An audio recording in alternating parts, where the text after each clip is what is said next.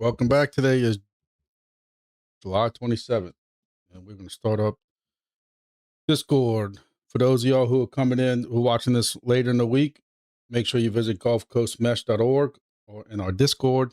That's where we cover most of this. We have a lot of stuff to talk about tonight, so I'm sure it's going to be a long meeting, but I'm sure we'll be discussing it further there. Also, make sure you visit grumpymesh.com. We'll be discussing the status of my boards and repeaters and stuff that everybody's been working hard on, and I've got a lot of feedback from everybody. And hopefully by September 1st we'll have the repeaters out, and I'm hoping by August 1st we'll be taking pre-orders on the boards. Let's see about getting on the Discord.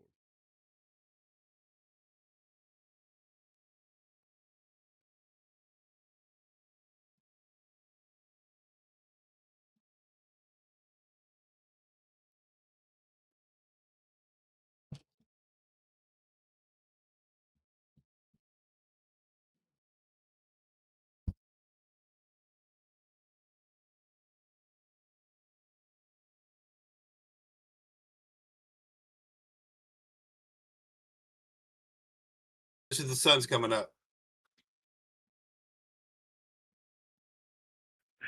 Need to go on my trainer inside the garage with AC running. That's right.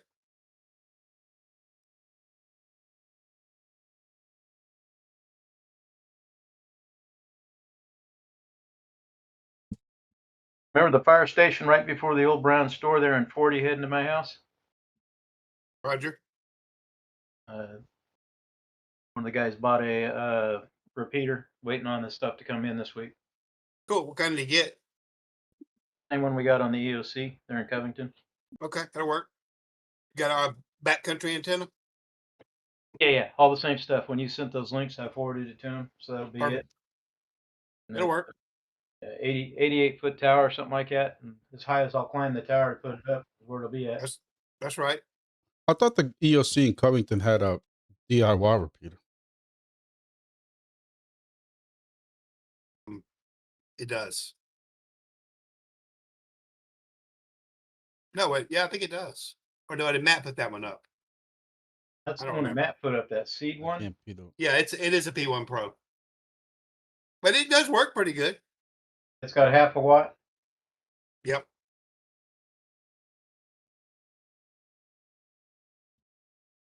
And how are you going to update it when it goes up 80 feet? Russ is going to climb back up there and update it? With a laptop in his hand. Climb up, lower it down with a rope, and let Matt update it.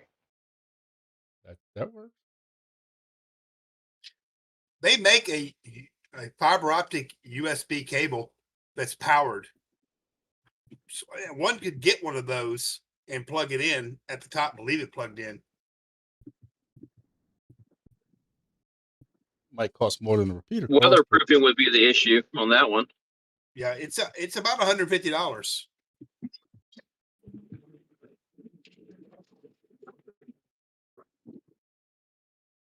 Usually they'll let me put a hazer on the tower and pull it up.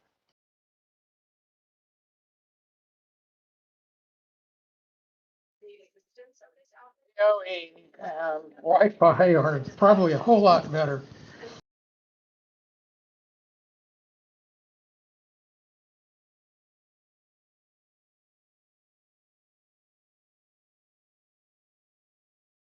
I think to take my P1 Pro apart and see if I can put a V4 inside of it. Somebody else talked about doing that.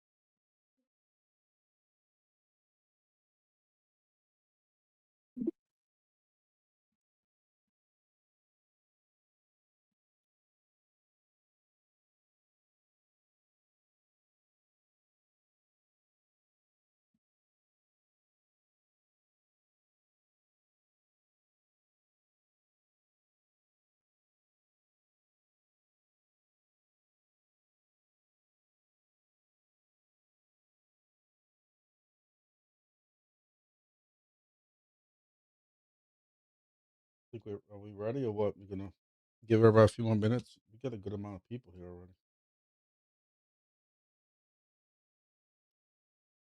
I think it's about 30 in right now. I'm just here for the donuts.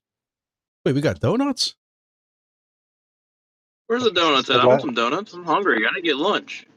Grumpy said he was bringing them last week. Grumpy can't afford the napkins for donuts. Either he buys repeater parts or he buys donuts. You gotta pick one. Yeah, but you don't want to give me that choice. That's how I knew at an early age I was meant to be a policeman. By my obsession over Y'all looked at donuts. the price of Krispy Kreme donuts? They're like over $20 for a dozen. Yeah, but if they're really, really, really hot, that's the best $20 you It's can worth it. spend. That's right. Yeah, as I say, unless they're like super fresh Yeah, out of the that's the only way fryer, I can then eat them. Yep. you don't want them. Oh, are we ready? What we gonna start from the top, or do we want to start with repeater stuff? What do we want to start with? Scarlett, you the boss. I guess we can just start from the top and then move it down, and then after we can talk about repeater stuff. Well, I think the region setting is going to be a very long, deep rabbit hole that we might lose a lot of people. I don't know. But I mean, we can start there. What the hell? Why not? My pencil. Let me take notes. So starting off from the top at the region settings. I don't know how I got thrusted into this rabbit hole, but I got thrusted into it, and I was in it all day. We kind of started off with some people still asking about settings and stuff like that with Mesh Mapper, and that we're, what are we doing settings, and nobody that know we were doing settings and stuff like that, and that is on the main white paper, GC-LA-MSY-MM, I believe. Then I started looking into it, that I had the idea on my way to work. Do we really want like hashtag test and hashtag repeater testing and hashtag weather and hashtag bots and hashtag all this other stuff going across the entire mesh? As it seems like lately, the propagation, we have been every day hitting, Fort St. Joe or whatever it is, Florida, Emerald Coast. We're seeing some of the stuff the Emerald Coast guys are doing. And, more or less also me, as we are adding more EOCs and more public safety stuff. I know I'm creating more channels for GoSep and for EOCs and stuff to use. And I'm just thinking that there really isn't a reason that our EOC messages, not that they can read them because it's all encrypted, but still just to keep the traffic off of their stuff. There's no reason for our EOC messages to leave Louisiana. So that started getting me to think about scoping and stuff. But then I thought we can't just have a Gulf Coast scope because the EOC in Lafayette, whenever they decide to come back to default, is going to need to talk to GulfCoast also. So then you need a Gulf Coast, Louisiana.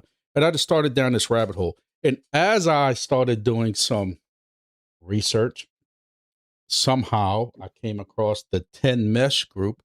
I was already a member of them. I don't know how I got thrusted into that, but there is a channel specifically about region settings that they are also discussing the same thing, where they don't really want to hinder their public channel, but at some point before it gets too crazy, do they really want their public channel going for states? So that's kind of where we at right now with this, is coming up with some type of code. And my thought process was, even though I have always been one that said I really didn't want to mess with region settings because I don't want to limit the fun of texting people when there's tropo going on, whatever you want to call it, and tropospheric ducting, and it's cool to see West Virginia pop up and Austin pop up and stuff like that. But it seems like at least 10 Mesh in Georgia and some of these other groups are already going to some type of large mesh region setting, if that makes sense. If I'm not losing y'all. Basically like a US dash, I think they're doing like US dash Southeast, which that'll be a public channel that would cover everybody. So if you're talking, if Georgia starts coming in through propagation somehow, you'd still see them. The problem is at some point, US Southeast is going to end, whether that's at the Florida line or that's at the Texas line or something like that. And then so if we would use Southeast, then Texas would not see our messages and back and forth. So what about just a big giant generic public channel for all the mesh, and then just by the states? Nix the 37 test channels and go with like Louisiana. Well, because you don't want to cut. I mean, no, just like Louisiana. It's all about how granular you want to make it. Don't get me wrong. I'm looking at what some of the stuff that they're proposing, and there's no way they're literally are proposing this down granular down to effing neighborhoods. And I'm like, there ain't no way. That's too fucking much. But I'd be cool with like Southeast and then Louisiana and Mississippi and just by the states in the region. And the reason I bring it up today is it's not that I want to implement this today or even tomorrow. It's just that we're growing. Every day we're seeing 2 or 3 repeaters added, 2 or 3 repeaters added. This is something that everybody's going to have to start putting these regions in, it's not just for Mesh Mapper, but just for texting to work so that everybody can see it and for their private messages to work. And so basically, when you go to install your repeater and you go and you pick US default, SF7 and CR5 or 7 or 8 and whatever other settings, you also have to go to manage regions and add these 4 or 5 regions. I was talking to Luke earlier, and Luke kind of got me also started on this because he has a channel strictly for the St. James Fire Departments. Well, he wants to get granular enough down that it's going to be a hash or a region, which would be like GC-LA-MSY-SJA for St. James, and only these repeaters around here would have it. When he sends a message on his companion, he has that SJA flag on that channel, private channel. Therefore, when Pat's repeater in Baton Rouge sees it, Pat doesn't have the St. James code in it. So that repeater is going to say, nope, I'm not passing that on. And that's kind of how it limits it. So I'm just kind of throwing this out there that I'm also going to work with Kabusi and them in Florida, because me and him were talking about this earlier, is we might have to just add US Southeast and just a GC code, Gulf Coast, and then a Gulf Coast -LA and a Gulf Coast -FL or whatever he wants to name his, so that you can keep stuff just in Louisiana, or you put GC-LA-MSY if you just want to keep it in the New Orleans, Baton Rouge area. It all matters. Basically, you're going to have to add these codes to pass these messages on, if that makes sense. I hope I didn't lose a lot of y'all with that, but it is something that you know, if some regions are already doing this on their public channel, and what happens is if they're sending, tonight, if there's tropospheric ducting from here to Colorado might already have their public channel being, with the region code. We're just not seeing their public messages. You'll still see the advert, but you wouldn't see the public message that they're sending back and forth. I just thought that was, and then like it goes like to West Bank. I know there's a hashtag West Bank channel, or a hashtag Metairie channel, or a hashtag, whatever channel, Luke Likes Radio's channel. And so this West Bank could add a West Bank region so that, Lafayette eventually doesn't see all the West Bank channel stuff. But then on a private channel, how far do you want it to go? Because, you might want to be able to talk to a family member on a private channel two states away. So you would pick the code that we have for the whole Gulf Coast then. Does that make sense? I think what we do is we would come across, a couple of different codes, and people just add them all, and you would pick how granular and how detailed you want to get. Does that make sense? I hit my head. Hey, Grumpy. Go ahead. I'm down here in Youngsville, and my concern with restricting down, like you're saying, if we deploy to, say, y'all's area, I know to change my settings to Baton Rouge or New Orleans. We might be in a boat or a truck and have no cell phone at all. So that's why we've picked this up. And I kind of agree with you. I need to be able to send messages back home too. Right. And if I'm in the New Orleans area, I'm going to rely on those repeaters to jump Baton Rouge to Youngsville to Lafayette. So I kind of agree with you there. Maybe getting down too much in the weeds, and then we cut off traffic too much.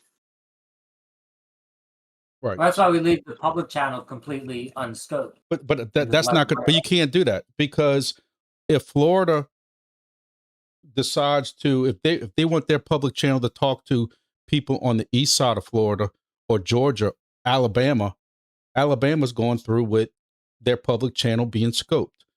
East coast of Florida is looking at it.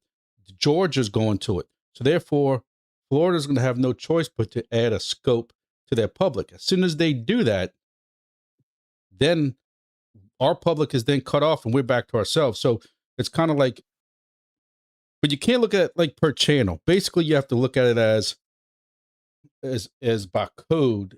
Whatever code you have in your repeater. I'm going to see if I can share my screen with this. That almost kind of defeats the whole purpose of having listen, the public channel. Listen, I don't disagree with you at all, and that is why I have sat here and vehemently been against regions. My point I'm trying to make is, if other regions start doing it, we don't have a choice but to start, or we're going to get cut off. Does that make sense? Shit. This is the only disadvantage of going to default. If we had not been on default, we wouldn't have this. No, but we'd be cut off from everybody else also. But we don't want, like you just said, you kind of want to be cut off in sometimes. So you really kind of up a creek without a paddle. So if y'all look at the screen now, I don't know if it's big enough that y'all can see it or not. I don't know how to make it bigger. But like you have the GC, this is what I have currently right now in the Baton Rouge and the Laplace PI-MC. Again, don't write all these down. Don't start putting all these on your repeaters yet, because this is just me. I have to visualize things. But you would put like GCLA MSY-MM. This should be in everybody's repeater now. This is for Mesh Mapper. And then you could go to GC-LA.MSY. So if you want your repeater to pass on any messages with this code, you add this to your repeater, which if you're part of us Mesh, we would hope you would do that. And then, so if you have a channel, like a test channel, repeater channel that you want just to be tested around the about New Orleans and Baton Rouge area, or what we call the Gulf Coast area, for the Mississippi line. Well, actually, that's a whole nother subject. Jesus Christ. Basically, including Carrier and Picayune, because those guys are with us, to the Lafayette area, not into the Lafayette area, just to that border. Any message you want to stay in that area, your channel would have to include this. the GoSep channel that I would want any EOC in Louisiana, no matter if it's in Lafayette, Lake Charles, or Slidell, the GoSep channel I would put as GC-LA. And everybody needs to put this in their repeater, because then this would pass on strictly in Louisiana. So nobody in Mississippi or Texas or Alabama, if you can reach that far, and Skip, or Florida, would see any messages with the channel that has this region.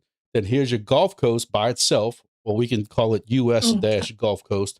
And then this is what he was just talking about. If everybody has US-GC in it, and we would implement that all the way through Florida, then he could drive from wherever he said, Youngsville, all the way to Pensacola and back, and it would repeat with no problem if he has, GC or USGC. And then for the Florida guys, if they have US Southeast in their repeaters, then anybody on a public channel with US Southeast they would see, you see what I'm saying?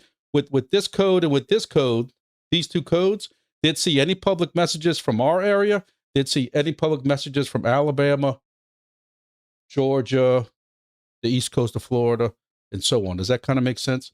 Basically, all this is you putting these in your repeater saying, I'm passing these messages on. Hey, Grumpy. Go ahead. Sorry again. So the spread factor and that coding, they both act as gates for the repeaters, correct? Basically, in and out traffic. I don't think the spreading factor is supposed to be a gate. It just happens to be that we're just can't get on the same page. Alabama's I'm having different from y'all. I don't see y'all messages. Right. And then the problem is like the example you gave, when you leave the Lafayette region and come into us, if you don't change from SF9 to SF7, you're not getting anything passed anyway. Yeah, and I have to change everybody's device too. That's the other thing. Well, there is a way to solve that, but I don't want to go there. If we connect to Florida with what? What's that? Wait, what? Why are we still having such a problem getting into Lafayette? Because Lafayette's still on SF9 until they decide that they have enough repeaters up to go to default. Like, when is enough? When do they know there's enough? That's up to them. I'm not going there. Picking up William Singleton. I'm not making this meeting about that. That's Grumpy, on them. Is 2291? Is there somewhere I can find the code you're talking about? Like, is there a protocol you have for that? Like, how to set those up? In my brain. Okay. Well, no. Eventually, because I didn't know about there is a. You didn't know about which one? I'm sorry, I didn't mean to cut you off. I'm looking at passing the EOC traffic here to the south of Lafayette, and I know Karen Crow's covered, and we're trying to work on them right now. But if you had, you have a good idea there. I understand what you're saying. Just after the meeting or something, maybe she could post it or send it to me, or. Well, as of right now, none of this is the only thing that has taken effect is the GCLA MSY MM, and that is for the Gulf Coast region. Gulf Coast meaning from Baton Rouge to New Orleans East and to Picayune, and a little bit north of that, where Lafayette has GC-LA.LFY-MM. Yeah, that's what mine are set to right now. Right. But again, right now, that's strictly Mesh Mapper. But if you look on their website, which God forbid, I don't know who came up with the website. That's a whole nother discussion we need to have later also. But I see that they add some different codes also, and whether or not we start with GC or US, it still follows the, GC dash with the state, LA, then it gets more granular to your region, and then to your, whether you put parish or you put city or whatever like that. The thing about this is, part of me wants to just, have the 2 or 3 codes that everybody needs to put in their repeater as a basic. I don't want to make up 9 different codes and get that granular. So somebody has to sit there and put in non-regions while they're trying to, because I think we're going to have enough problems as it is. We have people right now installed, and this came up just from me watching over the weekend. We have people who are coming into MeshCore. Welcome aboard. I'm happy to have you. I hope we get more, but have no idea about any of this. They don't like Discord. They're not into Facebook. Apparently might have heard about it from a friend at work, but they're on the wrong settings and stuff like that. they're That's on the 1 byte and they don't problem know the I difference had. between 1 byte and 2 byte. And I got people saying it's okay to be on 1 byte, and it's not okay to be on 1 byte. We're a 2 byte region. Our observers are set up for 2 bytes. Our repeater control channel in Discord is 2 byte. So if you tell them, if you Thank say, you. oh, it's 1 byte, if you tell everybody that it's okay to be on 1 byte, you're going to have all my alarms going off, and Scarlett's and whoever else is the admin saying we got duplicate repeaters, when we really don't, because we're a 2 byte region. I know I'm getting way off of task here, but that's my thing is, if I have too many regions, I think it's going to make it even more confusing. So Yeah, and I got lucky because somebody told me what to set, and it's the same settings as you. But I guess maybe if there was somewhere we could all get on the same page, But the problem is, listen, last week I wore my crown, and I'm trying not to go there because I didn't want this to be a king thing. This again is me kind of hurting everybody and kind of like, hey guys, let's all kind of just go this way so that we don't have even bigger headache that we're trying to fix 6 months from now. But I know you got people who push back on this. You're going to have people who make asinine comments like, oh, here goes MeshCore again, having to change all this shit so it can work. I know those comments are coming. Stay with Meshtastic then. It's just going to make the mesh work better, and it's going to keep congestion down, because if I'm doing repeater testing on the repeater control channel here I'm going to install a repeater at the Hale Boggs Bridge in 2 days. I'm going to sweat and die. But either way, when I'm doing repeater testing there, I'm just trying to test that repeater to make sure it's working. Pensacola don't need to see that over their mesh. And that's how I look at it. The guy who, and God bless him. If that's what Florida wants, I don't care. But you have the guy who has the weather bot in Florida that tells everybody in Florida that, hey, there's rip currents occurring in Panama City. Hey, that's a safety issue. I'm down with that. I'm cool with that. But somebody in New Roads doesn't need to know that there's riptides in Panama City. Does that make sense? 100%. And it's causing extra congestion on our side. Not that we can't handle it, because we still have enough room. But what happens when the day comes that we can't handle it? Yeah, you need traffic control now. Right. But what I get it, and my thing with my wait, hold on a second. Well, hold on. And the biggest problem is going to be is it's going to take almost a conference call with me, Scarlett, whether it wants to be Dinky, and Rob from the Lafayette area, if that's who's going to be the cat herder, as I call it, the king over there, whatever. But who you calling from Mississippi? Because the person who runs that area ain't here no more, and that's going to cause an issue because he's doing his own thing. Even though he called me the king, and I don't mean to cast any assholeness, but it's true. This is why we all have to work together. I asked what's his name to be on here tonight from same thing with the golf, whoever is the Gulf Shores person. We're gonna need him to be on the same page because he's in his own area also. Whatever groups that we have to get together to get all this to work, we have to all kind of work together here. And this is what I've always been trying and striving for. This mesh shit is only as good as all of us working together. You have one person who's already quit already. No, it's in this. So, All right, thanks. all right, now you can go ahead. What were you going to say? All right, so it's. I like that. Yeah. Right, hello. Somebody mute them.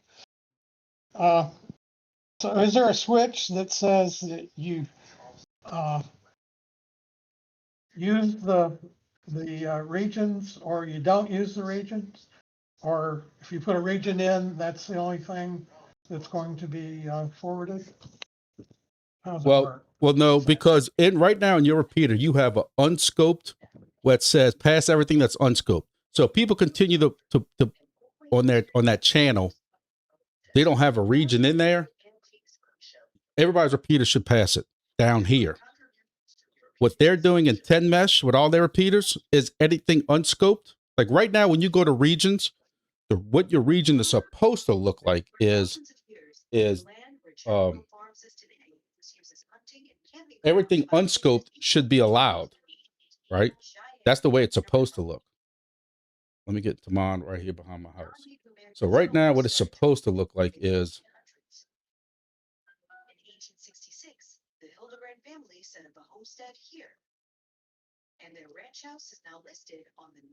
now, for some reason, I don't know if this is a problem with 10 or something.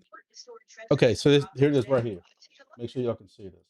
So right now, when I go to manage regions, I have everything that doesn't have a region scope being passed and everything with this. This is how everybody who's in the Gulf Coast, the New Orleans, Baton Rouge, up to New Roads area, this is what should be when you click on manage regions. If you're in Lafayette, then yours will say something a little different right here. If you're in Emerald Coast, yours will be a little bit different right here. If you're in Mississippi, God forbid, you're probably going to have two of them. You're probably going to have this, and you're probably going to have the one that Manx made up. What's going to happen is what they're doing in Tennessee and some of these other places, they are now blocking this. So if you don't have in your repeater, what happens is, again, I'm just showing y'all examples. Please don't start switching this. But when you go to channels and you go to public and the three dots, see where it says set region scope. If I didn't go too fast for y'all, this is on public. This is on the three dots in the top right. Set region scope. You would set, see where it says add region? You would set, I'm just going to say US-GC. And now every time that this repeater transmits, it's going to have this tag with it, USGC. And everybody's repeater who has USGC is going to pass it. Therefore, if you don't have USGC, you're not going to see the public message. You see what I'm saying? Your repeaters. That's your companion. That's your companion configuration, though, right? It's both. You're going to have to configure your. Yeah. You're going to have to configure your repeaters. Like when you set it up, you're going to have to configure your repeater to have all these. I'm showing it. You know, you're going to have the 3 or 4 main things in your repeater already. And then we're going to tell you in your companion, and basically the way this normally works is kind of like we did with some of the other stuff is we're going to, once we figure out what codes we're going to use, is going to be, hey, we need y'all to start adding, go to regions and add these codes. Me, I got 40 repeaters I got to do. And for some reason, you can't add repeaters if you're more than like 2 or 3 hops away. I don't know why. I tried messing with some of mine today. I can't do it. And I had this issue when we were adding the mesh mapper one. But we're going to give everybody, say, a month to add all these codes. And not all these. Don't copy them all. Just use them for example. But and Grumpy, if you want to test it beforehand, you could purposely put in a code that you want to just test with the block and see. I was going to call on you in 1 second, Caboose. Yeah. You good? But yeah. But so the way it's going to work, like I said, is everybody needs to have whatever codes we decide added to your repeater. And then one day we're going to say, hey, and listen, don't take this for granted. I'm just saying September 15th, we're going to start using US-GC for the public channel. And what's going to happen is everybody who did this the right way is going to continue to see public messages after September 15th. And if they didn't add it, then they won't. And then, we might just continue to push it back until it starts becoming a problem where Florida adds it or Alabama adds it, Mississippi adds it. But eventually my thing is, while this is a lot, and I know there's probably some people unhappy with this and y'all going to shoot the messenger and think I'm the king and I'm an a-hole and all that. This is what's coming. So it's like, we can ignore this until Christmas. And then instead of having 300 repeaters like we have in our area now, we're going to have 500 repeaters that we have to add these codes to. And people who set up repeaters that we count on, who are no longer around and don't visit us anymore, who ain't going to know about this stuff. Does that kind of make sense to everybody? You know, so do you start because as long as you keep that star that says unscoped, as long as you keep that allow, we can continue on like this until we decide to pull the hammer on all this or pull the trigger on it. I'm just looking at this, trying to get ahead of the game and say, you know, yeah. Sounds good to me. Make some plans for 20. I'm gonna try to share. So much shit saved right share right now. That brings up a question that I was thinking about a minute ago. Is there a way to set up a already scripted version of the mesh core firmware we could put on our website to flash? So people could just flash that and be done with it versus having to go and configure this? Because a lot of people are going to go, you know what, screw this, I'm out. I'm not doing this junk. And So yes, that is an option. The only issue with that would be is you would have to maintain already. You need to maintain 3 firmware versions per device. So let's say you want to maintain, that's 32 firmwares you need to maintain. Add it, plus you want to maintain each region because you'd have to have a firmware for each. 32 for each separate region type, like like Louisiana area, Mississippi. You'd have to maintain that. You'd have to 2 times that. The better way to do it, at least in my opinion, would be to, unless you want to maintain 64 firmware images, would be to set it up inside of like a post flasher. So kind of like what's on the setup site, on the GulfCoastMesh site now, would be to take that and then add region scoping to that. That way you only have to maintain 16 firmware, 32 firmware versions, which is a lot easier than 64. So what about a script? Like, is there a way to write a script to punch into this so that people just copy paste it? Yes. So you could go 2 ways about it. You could do it either via like USB or mobile app. So I will say like the GulfCoastMesh setup site already does something similar to that for normal settings, but you could definitely do something like that for region scoping. That would just be like a overnight add. And then you could also add it to the mobile app. So like the GulfCoastMesh, we already have a stuff for firmware flashing that uses scripts. You could add it into there, so it'd just be 1 click to set up all your regions depending on the area you're within. Okay. Yeah, that'd make it a lot easier for some people that are not too tech savvy or don't want to have too much fuss with it. Absolutely. 'Cause I can see that coming down the pipeline. It's Well, like, you know what? Never mind. I'm done. I'm gonna tell you that there's also script that you can do, and I think it's 10 times harder. Maybe I'm old, but they talked about it, and the guy from 10 Mesh who did the video, how you can go to command line and do all this by command line. And I'm like, to me, it was so much easier to do this through the managed regions in the repeater. I don't know why you would use command line, but I know some people like command line. But for the people who want some light reading, and I joke, in the comments section here, I added the and I did also in the YouTube live for those watching on there. There's some light reading there on how some of this regions is supposed to work. It explains it better than me. And basically, like they said, this is made to just your basically boils down to this. Your repeater is either going to allow this message if the beginning header has US-GC, or that repeater is going to say, nope, you're not getting past me. And that's how you have to look at it. When I send out this test on the hashtag test channel, and I say eat my shorts, and my companion in the hashtag test channel has set up GC-LA-MSY, the Lafayette repeater is going to say, hold on, this message header has this tag in the front of it. That tag's not allowed here. And it's going to stop. Kabusi, I'm going to turn it over to you, and you can tell me kind of what you're thinking from your side.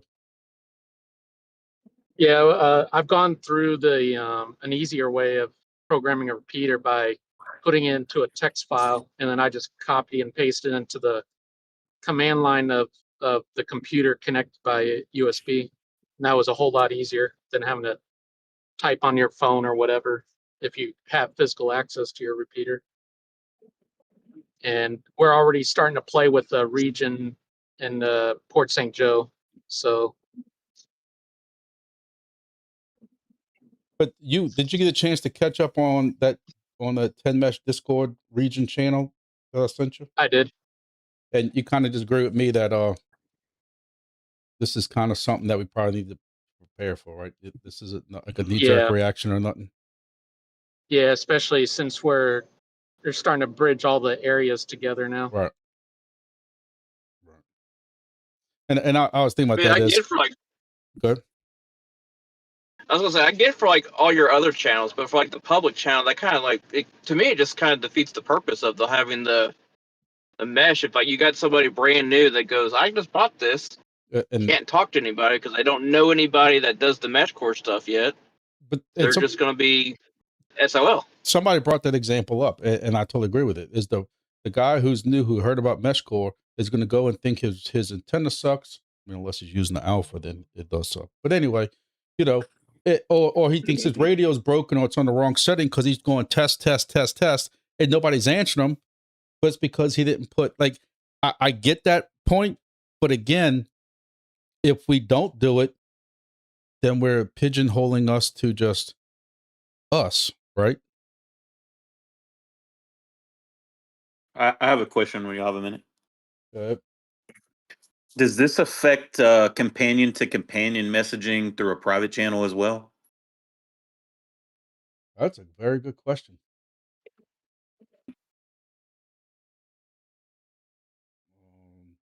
I'll have to ask that in that other channel and find out. That's just me, not my ignorance, not knowing how this all works. Because I'm assuming that, like, I have no, I don't think I have region set on my companion, just on my repeaters. Mm-hmm. But if we have a, Well, right now we don't have any region set on companions, so okay, and then you got the same thing I got, and everybody else has. okay, but if I have a private channel shared with a friend, it's going through the repeater right now, right? Going through all the repeaters because it's unscoped. So as long as we keep that star unscoped thing as allow, it should continue. Okay, I follow you now. So from what you're saying, if we cut the unscoped traffic out, that's going to neck down on private channels as well, and possibly companions. Right. So like if you basically if you want to start a private channel or private message between two people, you have to decide, like, let's say tomorrow, not today, but tomorrow. If we kill that star for unscoped, when you start every private channel or private message between you and your buddy, you're going to have to pick one of those codes that's in everybody's computer.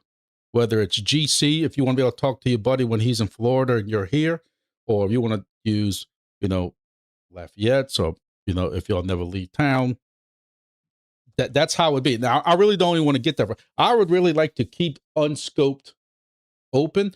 The problem in Tennessee is where they have to really drastically, cut down their traffic in some areas. They can't keep scoped open because of the amount of traffic. But Gotcha. I don't think we're even close to that yet. Yeah, that's just something I was wondering about. I didn't understand completely how the device. I guess it default looks for unscoped to communicate. Yeah.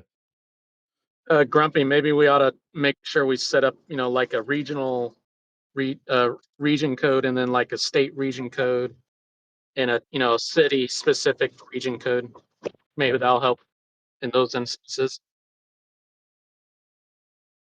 Yeah, but part of me says, and look, this is where my lazy aspect comes. I should be called the lazy dad channel, not the grumpy dad, as my wife tells me.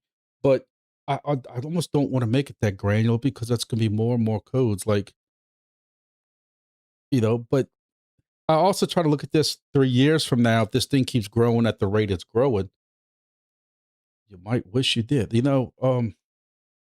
don't know. I just don't know how granular. Like, I don't think we need a Baton Rouge only channel, because where's Baton Rouge end? Does it end in Denham Springs?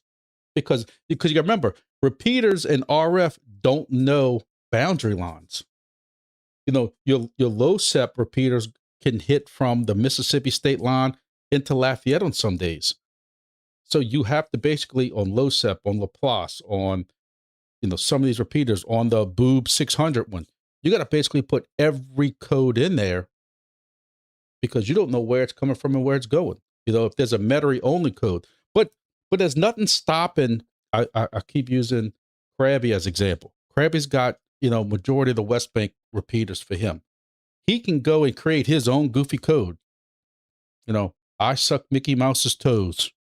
And as long as he puts that code in every single one of his West Bank repeaters, and then he makes the West Bank channels region scope, whatever his code is, it's only going to stay. You know, so my point is, you can go make your own codes up if you want to keep it within your own repeaters.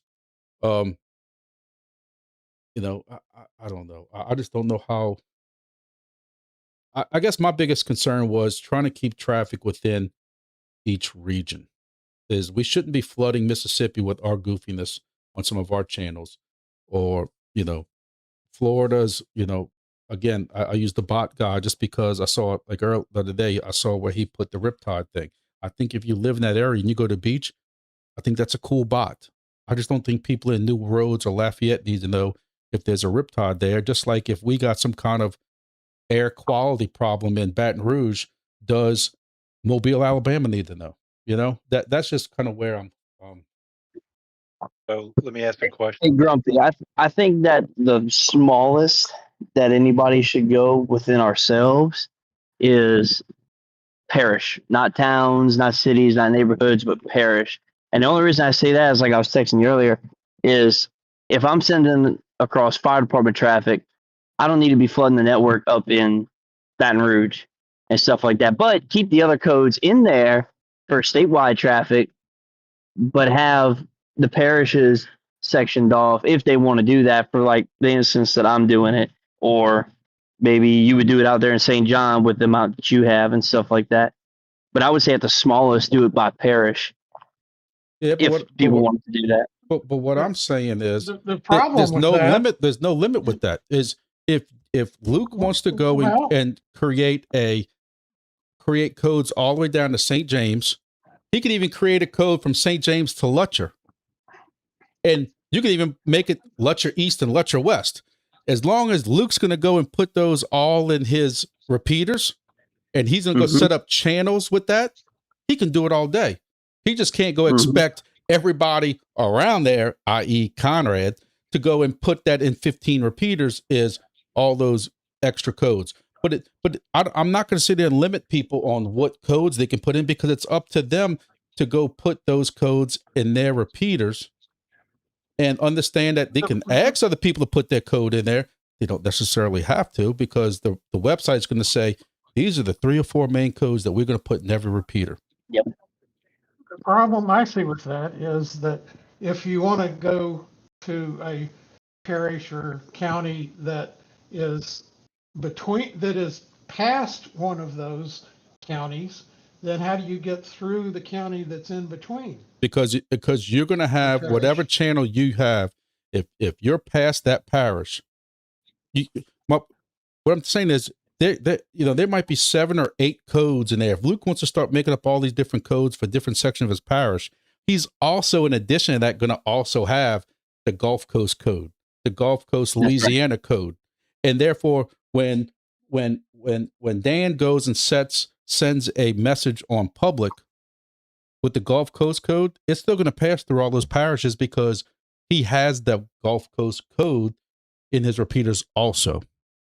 Does that Correct. make And sense? the only reason, like I said, what I'm putting in mind is so that my traffic here, if it gets heavy, I'm not flooding everybody else with Correct. traffic you can't even see anyway. Correct. There's no reason for us to flood Mississippi or Alabama Gulf shores or even just you, like if I'm doing local stuff, you know. But I mean, but the example I'm trying to give, the point I'm trying to get across is, in Pensacola does not need to have the St. James Fire Department's traffic hopping through Pensacola and Fort Walton Beach. And that's what this is going to eliminate. Is it's set up by Luke, whatever channel Luke has for St. James Fire, in that setting on each of those companions, he has to put, GC, LA, MSY, SJA, and then it's only when he sends traffic over that channel on his companion, only the repeaters with that SJA code are going to pass it. So once it gets into the other side, like say St. Charles EOC, it's going to stop, because that code's not going to be in there. Same thing with Baton Rouge. Baton Rouge is not going to have the SJA code. So his shit's going to stop right then and there.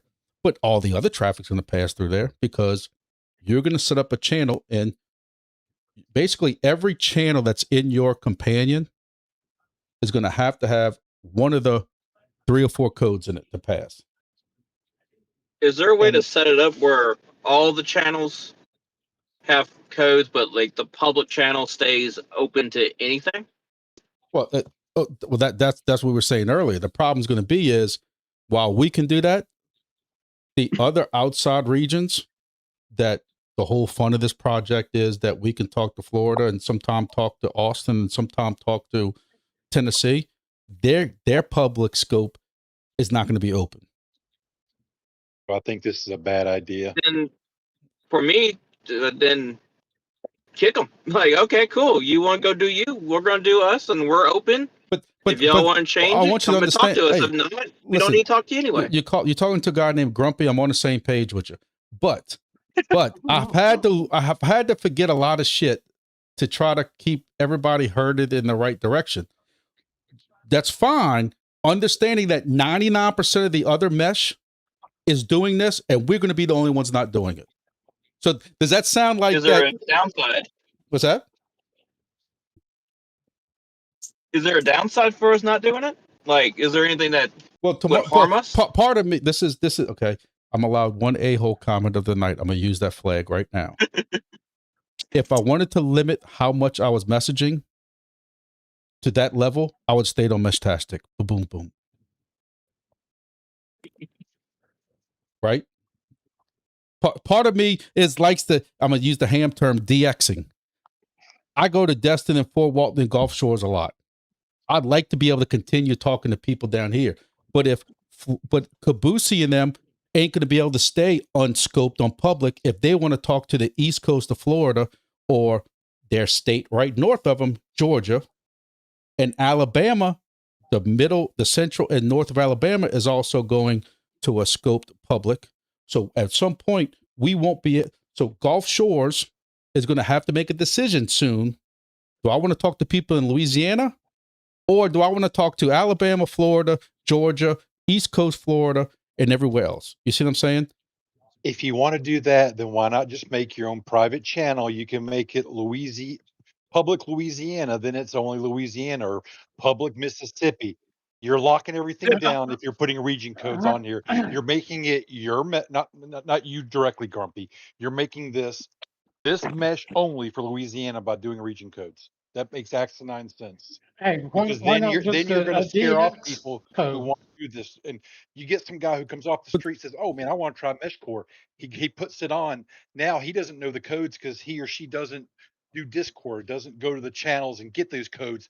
Now all of a sudden he's got nothing. Guess what? This guy's a millionaire. He could have thrown millions of dollars in, buying repeaters. Hypothetical, a dream, I know, but now he's not going to do shit because he doesn't see nothing. I think this is an asinine. Yeah, that's what I was bringing up earlier too. Just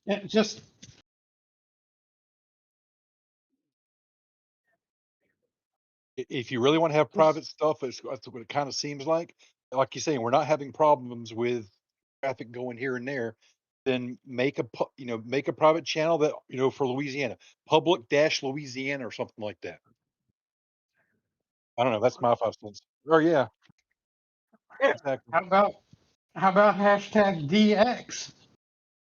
Because then they would have to use Like, I got hashtag a private DX. group with my friends, and we're just staying there. We pop in the public every now and then, but we just stay Okay, in our own so little hold on. public, So, private group. okay. So I'm gonna use you for example.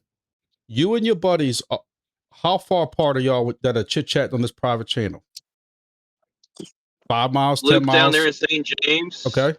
Thomas over there in Denham. Okay. And I went over there in Highland and Blue Bonnet. There you go. Okay, perfect example. When right now on a good day, when you and Luke are chit chatting back and forth about what DMR radio is the best, those hops are going through Pensacola, Fort Walton Beach, and St. Joe, Florida. Mm-hmm. That's the point. And then when those ham guys over there in Pensacola and Fort Walton are talking about which HF rig is the best on a private ham channel, that shit's going through all of our repeaters. Where if you make a region code and you add Louisiana to the region code, or even you get more granular to the MSY code, and you put you and Luke's private channel under the MSY region, then only the repeaters around here are going to be hopping with that message about which DMR radio is the best. And we're not bothering Mississippi and flooding Mississippi and Gulf Shores in Florida. Vice versa. They're going to do the same thing. Their ham channel in Fort Walton Beach is going to have the Florida code only on it, and they're not going to be meshing through us. Does that Then make why sense? did we go to default? Default has nothing to do with it. Default If we'd has have nothing been to do on with it. 6 or 8, we wouldn't have this problem because they would be right here because nobody else was. We'd be isolated. But you'd be isolated too. So like the whole point wasn't to isolate. The whole point was to yeah. All right, we're gonna move on because I'm done. Unless y'all want to keep this going. Well, Grumpy, there's one way to kind of reduce it is go to 3 byte. No. Next question. I mean,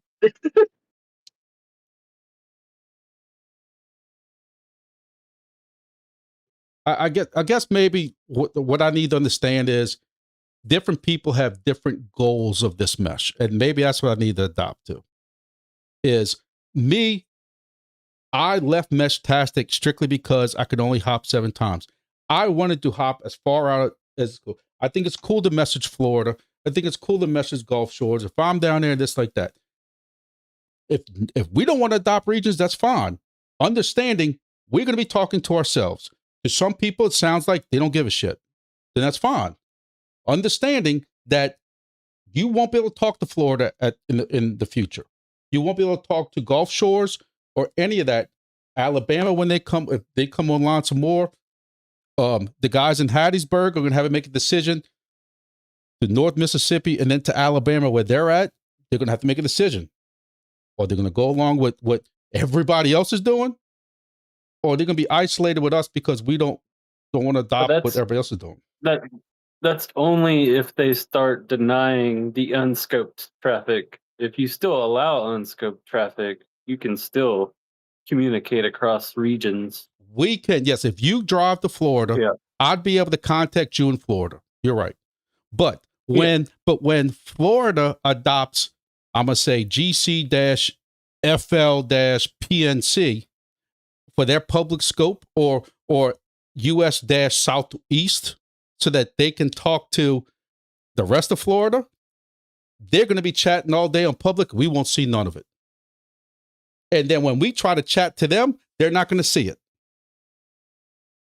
Yeah, but you're assuming too that those people in Florida have selected their public channel to only go to that region. They could still broadcast on public unscoped regions, or they could also broadcast. No. On their companion, under the public channel, it's either they have to go set region scope, and they're either going to set it to what it is now, which means no region at all, or they're going to have to set it to US-Southeast if they want to contact anybody else on the other side of Florida or Georgia or Alabama. Exactly. Yep. That's what I was saying. So chances are, and again, I'm not talking for Kabusi. He can say whatever, if he wants to kick in and bail me out here, but chances are they're going to want to talk to the rest of Florida, not Louisiana. Right? You would think. In Alabama, which is just north of them, a couple of miles north of them, they're going to want to talk to them, which is going to be on scoped US Southeast. Right? They're also developing a way to do hierarchy, so that will help help with the, maybe you want to talk to anyone you can reach by US code, and then or US dash whatever. I didn't want to get that deep into it, but either way, that's still adopting some type of code. They're talking about going completely on staying unscoped. And what I'm trying to say is, it's not going to work. That's going to work for us if we just want to talk to each other in Louisiana and along the Gulf Coast of, well, no, because we don't know what who's going to do in Biloxi. And Tallahassee just came online too recently. So, and all our recent messages were reaching all the way to Tampa, by the way, Grumpy. Right. And then if Tampa adopts US Southeast, then y'all gonna have to make a choice. Do y'all continue on to the US Southeast and talk to everybody else around y'all, north, south, east, and west of y'all? Or do y'all want to say unscoped and only talk to Louisiana? You know, I just don't see what the big deal is, but maybe I'm overthinking it. You know, I like the idea of hashtag DX. Just for unscoped. I mean, if you look at how long it took to get people swapped over from 1-bit to 2-bit and how many times you had to deal with that crap.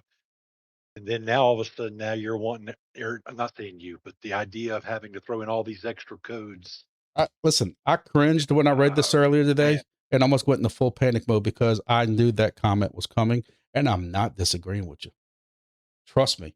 Other than Scarlett, I ain't gonna take, because I know a lot of people blew her shit up. I don't know how she didn't just go unlisted on Discord, but we all heard shit about doing a 2-byte this and going to, and we still got people who push back right now with 1-byte. They can't get to their repeater to update it to 1.12 or 13, whatever it is, or going from SF9 to SF10 to SF7 and stuff like that.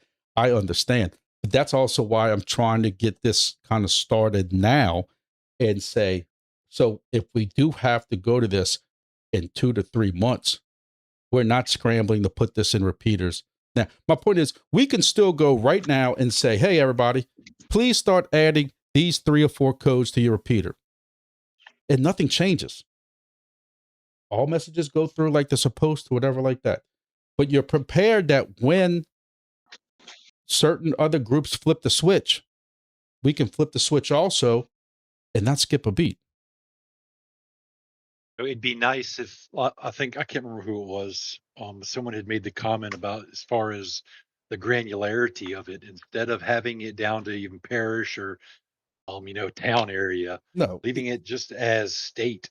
So you could have, USLA, USFL. And then if you wanted to, if you're in that area, you could add it, but it's a shame you can't also have it as open or have that option to where it does stay open, because I got going back to what I said a minute ago. My biggest concern is if we want mesh to grow and you want people to take, just like me, I just happened to take, enjoyed it just because I started doing the research. You got people like you saying that don't go on Discord and don't use these, technology. It's, it's a voodoo box. So they're not going to know it. They turn it on. All of a sudden they don't get anything. Now you just deterred somebody from it. If it's the way it's going, it seems like there needs to be more communication between the mesh masters of the areas.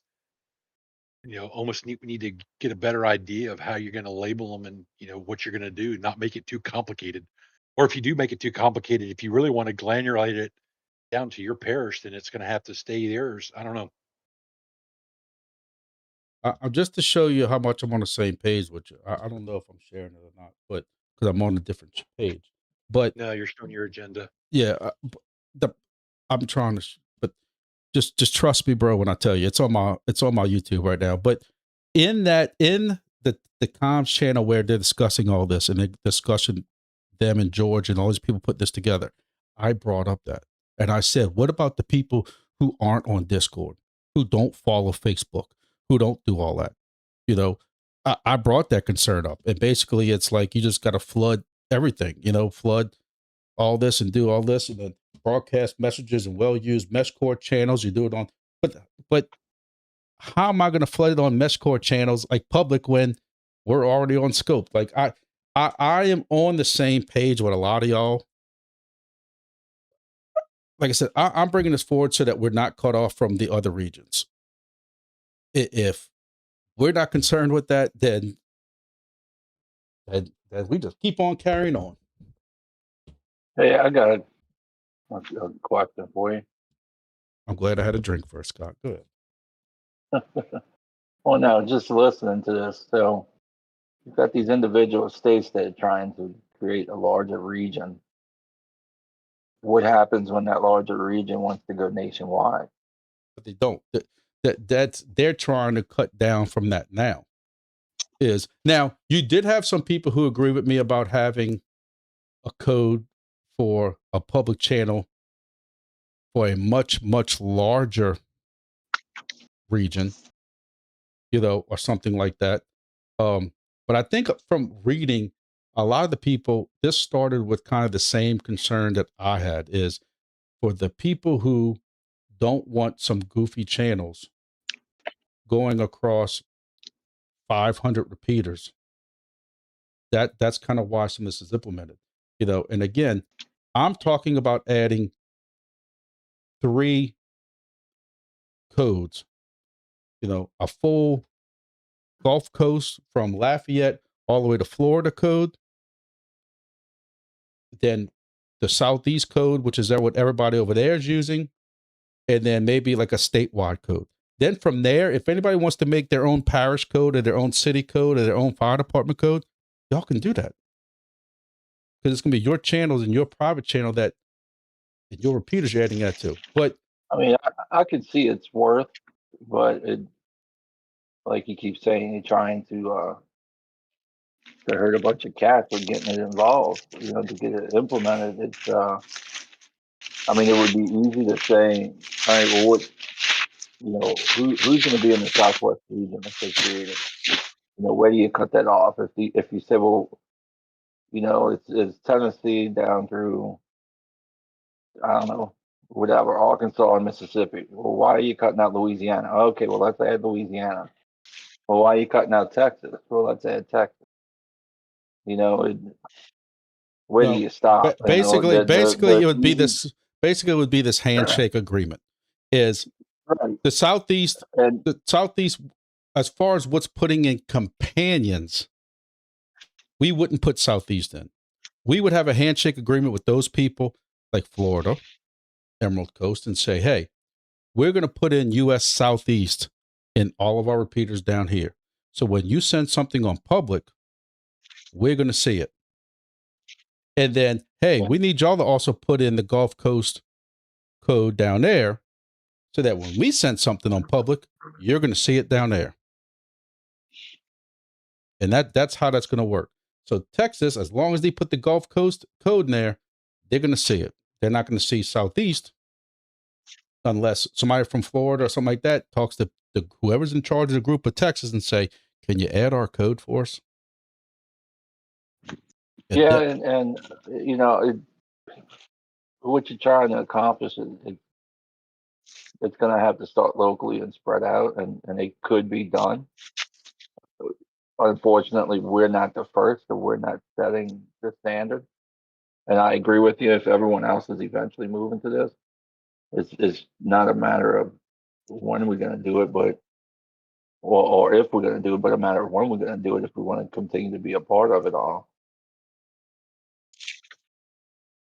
If someone, it sounds shitty, but it's basically like a ham repeater. A club or individual puts it up and says, this is what it's going to be.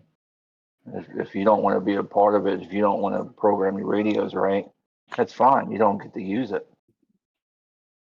It's a shitty attitude, but I mean, it's the reality. If everyone's putting in, these codes in the mesh core repeaters and you don't want to, well, you're choosing to cut yourself off. Is it right for, a few, whatever you want to call them, kings, to set the tone for the whole group? Well, I mean, we could sit here and argue all night if it's right or wrong, but let me tell you, how this goes also. The fact is, it takes someone to take that charge on their own to create the system, to get it in place. And if you were to say, hey, this is what we're doing, blah, blah, blah, you know what? You got the most repeaters out there. If I want to be a part of it, I'm going to go along with it. But that's what I was about to get at, is I can take my 40 repeaters, and I've already started, and add these 3 or 4 codes to all 40 of them. And for all of y'all on here, it makes 0 difference. Your shit's still going to pass everything like it is tomorrow. What is going to happen is my repeaters are now helping out those people that when they are sending messages on public, whatever, it's going to get passed down here. Right. And that's basically what it is right now. Because on our channel, on our companions, we have not started putting scopes yet. So there's nothing wrong with what this whole point was, starting to add, hey, next time you have to go to your repeater, add these 3 codes. Hey, you're programming a brand new repeater. When you're also setting your advert times and stuff like that, can you add these 3 region codes? You're already supposed to be adding 1. Can you just add 3 more? Therefore, if we do have to go to this, or when we go to this, whether it's 6 months from now, whatever it is, we're ready. Right.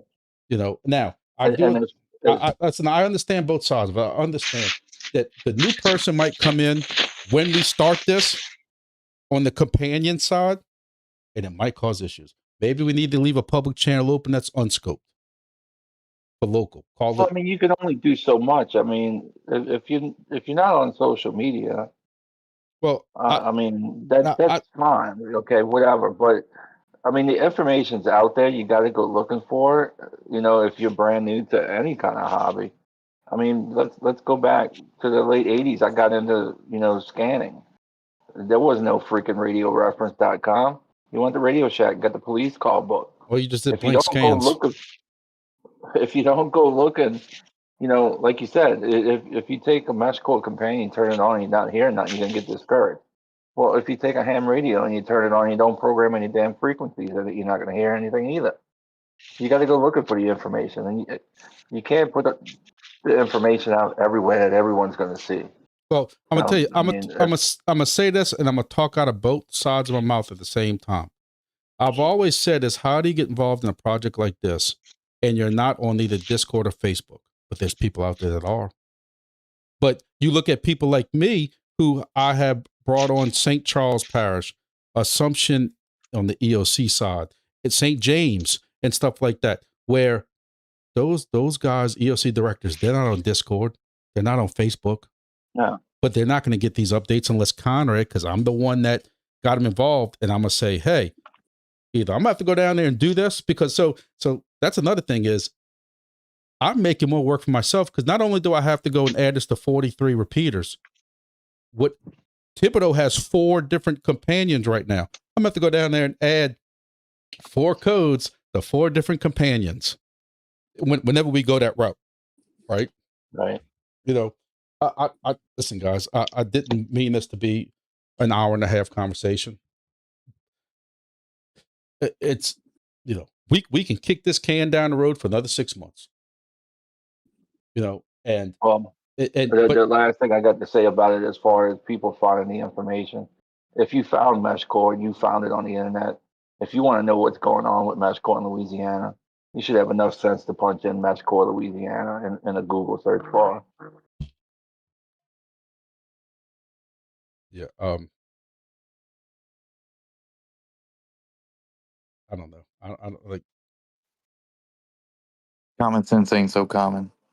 I mean, there's all kind of information on Reddit. There's all kind of information on GitHub. I don't do those. I seldom go on Reddit. GitHub, I'm lost on, but I know that there's information there. So what? We got to put all the information on those two as well. And then you'll have someone say, "Well, I'm not on those two either." Okay, well, let's open a MySpace page, for Christ's sake. What the hell?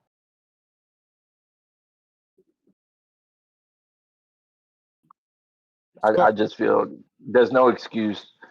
People are walking around with a freaking computer in their pocket every damn day. There's no excuse that they can't find Louisiana mesh core settings. They're just lazy if they don't find it. But again, this is also why. I mean, I guess it won't help the new person, but this is also why I was suggesting starting, figure out what codes we're going to use, start putting it on the Facebook, start putting it on the white papers and instructions and whatever else, start putting it on the Discord, and you start just adding the codes now, and then 3 months from now, 4 months from now, it wouldn't be as painful. Or we say, hey, we're not ready yet. And even though everybody else has gone to it, and we've now limited ourselves in public to only people in Louisiana,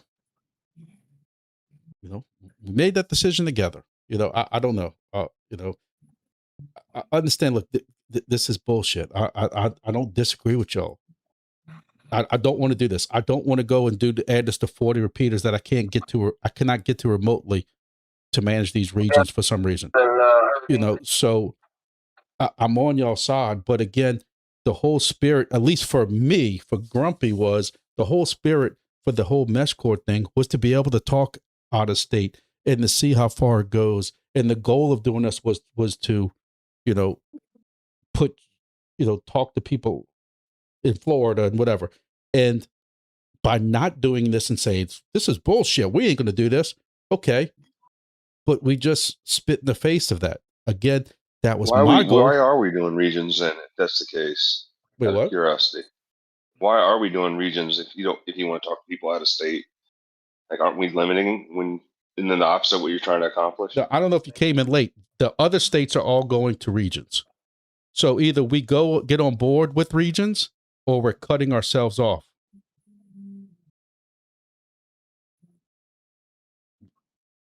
Does that make sense?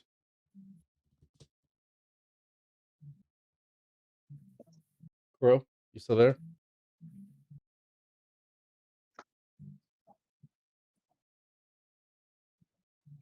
Okay. You know,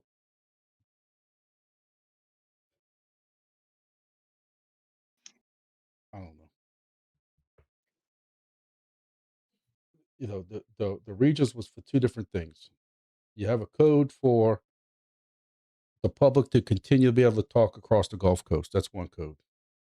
Then you put another code in to limit your private channels from going all over Egypt. Dual purpose. No, I like that. I like what you're saying, Conrad. I understand where it's going now. So I gotta set up my node with several codes too, or just the repeaters? Right now, it would just be the repeaters. You would add the 2 or 3 codes, whatever 2 or 3 codes we all agree on. It would be you're adding repeaters to your repeaters. As you program them or whatever, you have to go to them, whatever, you would add them. And then at some point in the future, 2, 3, 4 months from now, we're going to say, hey, go into your companion and on the public channel, hit the 3 dots where it says set region scope and enter this one region. It'll be, off the top of my head, I'm going to say it's going to be GC-LA-MSY. Although it wouldn't be that much because it's going to be the whole Gulf Coast. It's going to be GC. Is there a way to set more than one region on the node? Or but you don't need to. One region on the node? But you don't need to. As long as everybody in the whole Gulf Coast has GC by itself as a region code, and look, I'm not telling everybody to go do this. I'm going to say this again. I'm just using it for example. If the whole Gulf Coast has GC, Florida has GC in their repeaters, everybody on the public, on their companion, would add the code GC. Now, that every repeater is going to pass your public message. When you type a message, it's going to pass every message. It's going to pass every repeater. Whoever doesn't add it, well, that repeater just won't repeat your message. Now on the repeater testing channel, we'll have a code that has to be in every repeater around here called, GC-LA.MSY. And only the people in the Gulf Coast, New Orleans, Baton Rouge area would have that code in their repeater. I would tell, hey, everybody, if you're in New Orleans, Baton Rouge, go to the repeater testing channel and add on the region scope for that one channel, add GC-LA-MSY. So now when you do repeater testing, it's only going to go around us. It's not going to bother Florida. And then I'm going to say, hey, if you have a private channel, pick one of these 3 codes. If you have one between you and like for my family, I have one with my last name. I'm going to pick a region code and put it in there. Or you can leave it unscoped and not put a code, but you don't know how long these other regions are going to keep unscoped allowed, because in Tennessee and all that, they are blocking unscoped. So really, if you're doing a private channel, Luke's channel about Motorola radios and his buddies and stuff, it's good for them to pick code GC and then anywhere in the Gulf Coast that they go, they can chit chat with each other, or they can put the I'm kind code of in. interested in your tower upgrades on the subject too. What's that? You saying East Jeff is down, update in Thibodeau, Yeah, I'm gonna get to Lower that in a St. minute. Charles I'm gonna Parish. get to that in a second. At least I hope I can. But Yeah, can I just? This is my first meeting I joined you guys in. I didn't see in the agenda. Is there any open time Q&A or new people time? Because this has been a very granular discussion. Is that something y'all do at the end, or is that in your? I didn't see it in the agenda, so if that's not there, that's cool. well, But just is normally at that the something end y'all I do? have new stuff, but this was gonna be long. But usually we chit chat once we're done. I And say we get rid of this part of the meeting for right now. Bring it yeah, up I another think time. yeah, I think we have to move on. Yeah.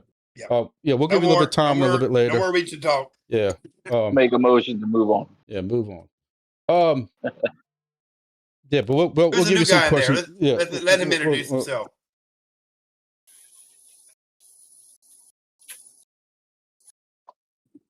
All right. Loop settings. That's another setting that's in repeaters, and what I'm reading in a bunch of different meshes also is that's something they're suggesting now. It's something we've really never discussed before, but loop settings in your repeaters, there's normally like a minimal and a normal and a strict or something like that. We're trying to at least put minimal in there just to try to stop any kind of loops that start. I saw that there was 2 different repeaters in jail, as the PyMC's call, for having loops and too many adverts and stuff like that. So if you can remember, when you're setting up a repeater, under the loop settings, please put at least minimal or standard or something. I think that's what it is. Loop, whatever.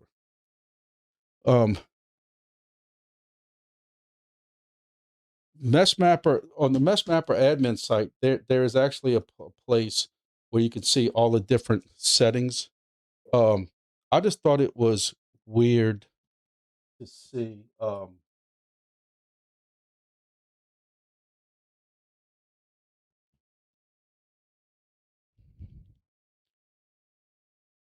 If everybody, I'm sharing my screen right now, the amount of different settings. A lot of people on 7.5. I know there's some people new here, like we just said.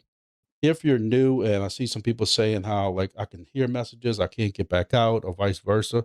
If you're on default 7.5, try 7.8. That might help you out. If you don't have a repeater at your house and you only have a companion and you're trying to get to a repeater and you can't, try 7.8.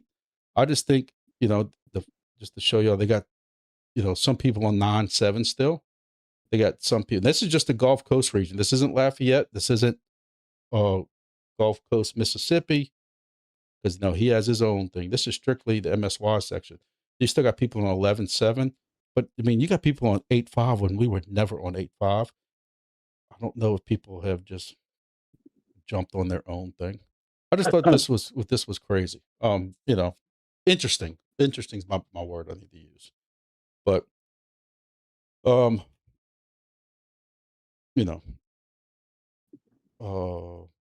this is an interesting screen just because you can actually go on here and see for those of y'all who aren't familiar with it, MSY.meshmapper.net, and it shows you, this is somebody made a comment about how we're all in love right now with the backcountry. This is the backcountry right here on top of a 300-foot tower.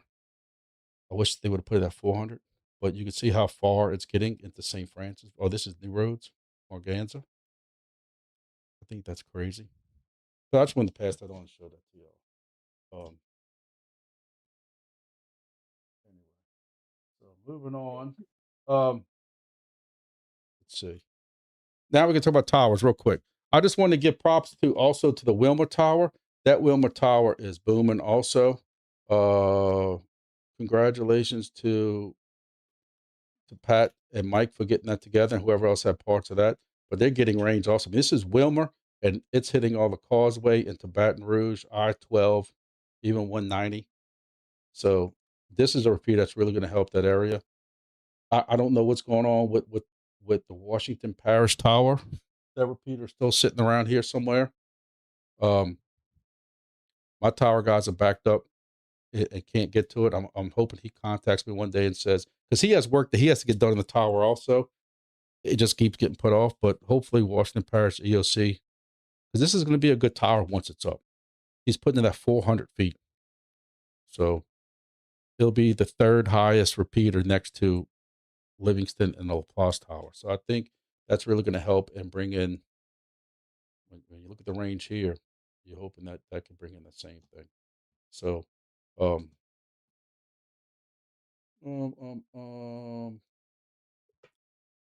Lower St. Charles Parish, I possibly have, and I really don't want nobody to say it out loud if you know what I'm talking about, because they really don't want, a lot of these sites, people give us permission, but they don't want it advertised.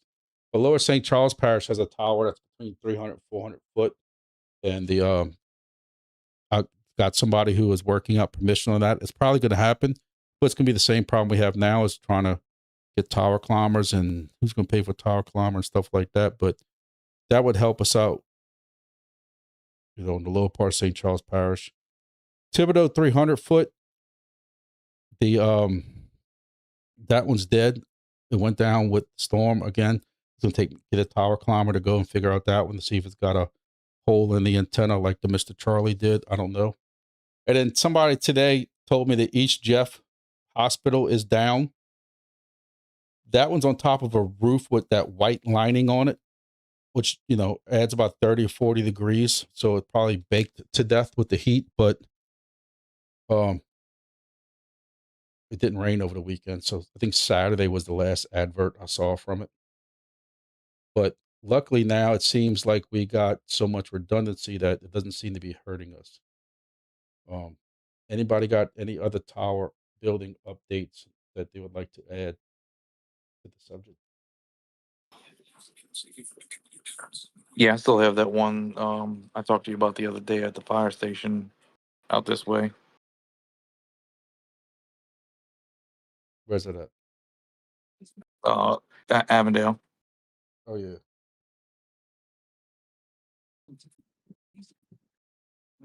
We got another guy that lives on Angola Road, which is in St. Francisville, that's just ordered a repeater, and it's going to be at about 100 feet on top of a hill. Well, you saw this one. That's not this one right here. This Wyandotte one. Yeah, that's it. It's not up yet. I don't believe it's up. If it is, it's just sitting on the ground. He hasn't climbed it yet. Yeah, because that's up there. I mean, it looks Oh, like yeah, it, it's got it some looks good like it's about hills. 300 feet from the state line. And We used to Jeep ride right there. That's a great place. Big hill, big trees though. You're talking 130-foot tall trees. well, yeah, because this is one of the areas I go hunting in right here. Yancey used to be Three Rivers and Red River Mansion area and stuff, and I got kind of excited when I saw it there. Then when I realized that this was still like 13 miles with all these trees, I don't know how that's going to work, but yep, we're growing. I mean, we're growing out, and I think that's awesome. I had a guy tell me there's another silo we can get on that is north of the Bachelor's one, but I don't know if that'll do us any good there. We really need to get to Marksville. That's my next spot looking, because once I get to Marksville, I'm now into Alexandria. Right. You're probably gonna need something in between that. Maybe. The retired police chief of Moraville owes me some big favors. I just don't know what's out there. But Moraville. I got it on the map. Where's Moraville's off of, was this 190 or Highway 1? Highway 1 in between Simsport and Mansura and Marksville. Oh, yeah. I know what you're talking about. They got a tower out there? I don't know, but he owes me because we donated a whole bunch of radios to him, and I have programmed them all for free on Elwyn and everything because they didn't have a pot to piss in. So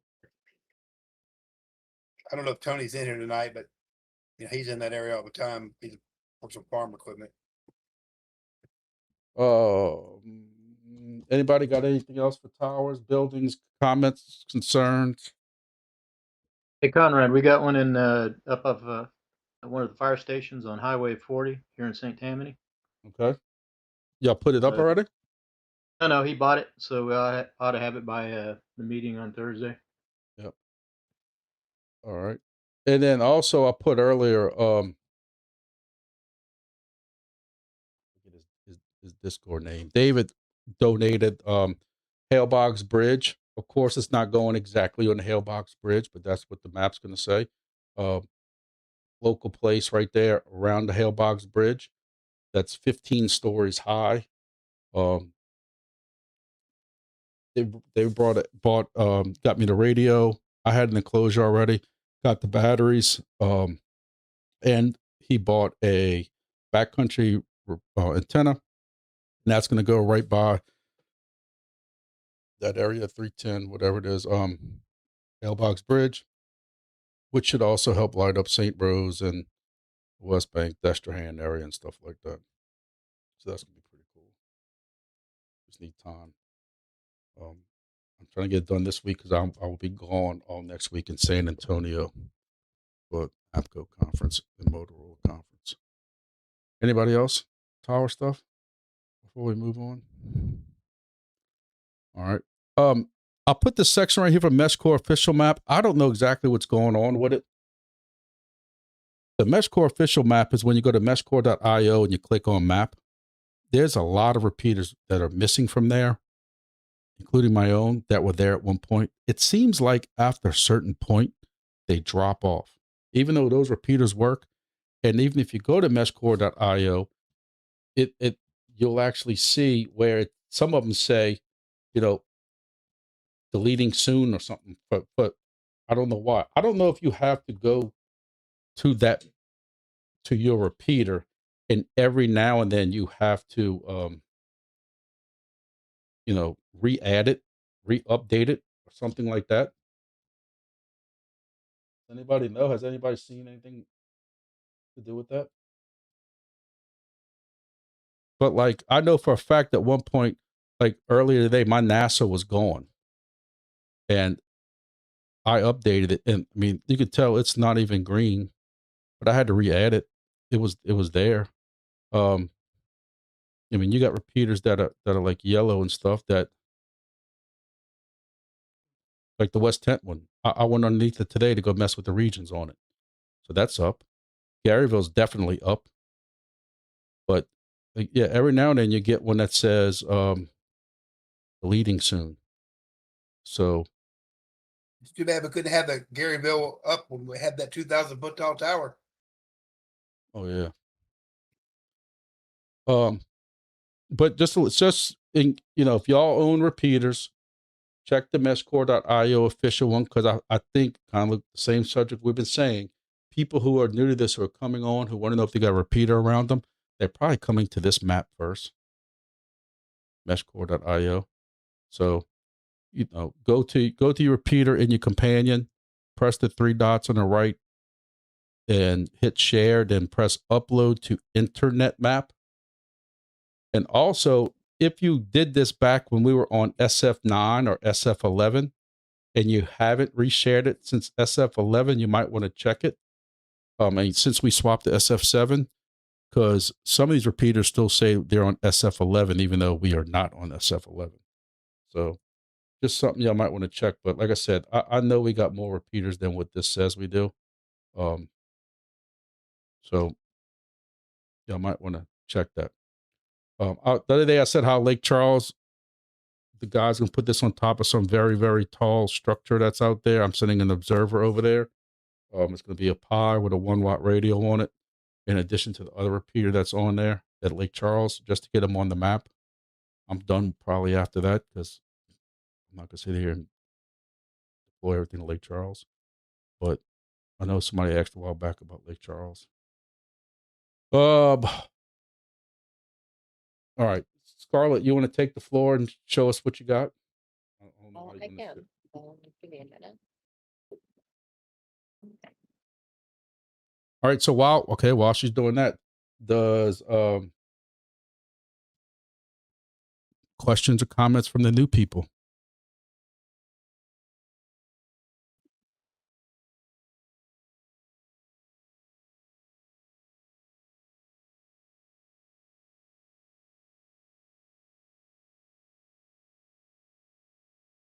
I didn't see his name earlier.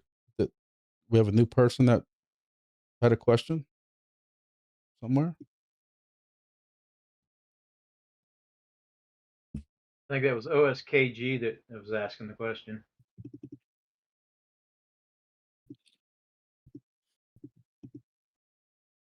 OSKG, is he still here?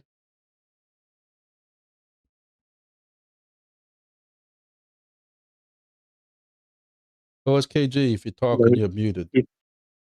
Yeah, he's still in here, but yeah, he's muted. I see that. Pick the bad time, go to the bathroom. Anybody have anything else? The floor is open while she sets up her demonstration. Hey, y'all got. Sorry, I'm in a crawl space right now, pulling out insulation, so I'm listening. But That I had sounds to fun take out a respirator and everything else to get to you. No problem.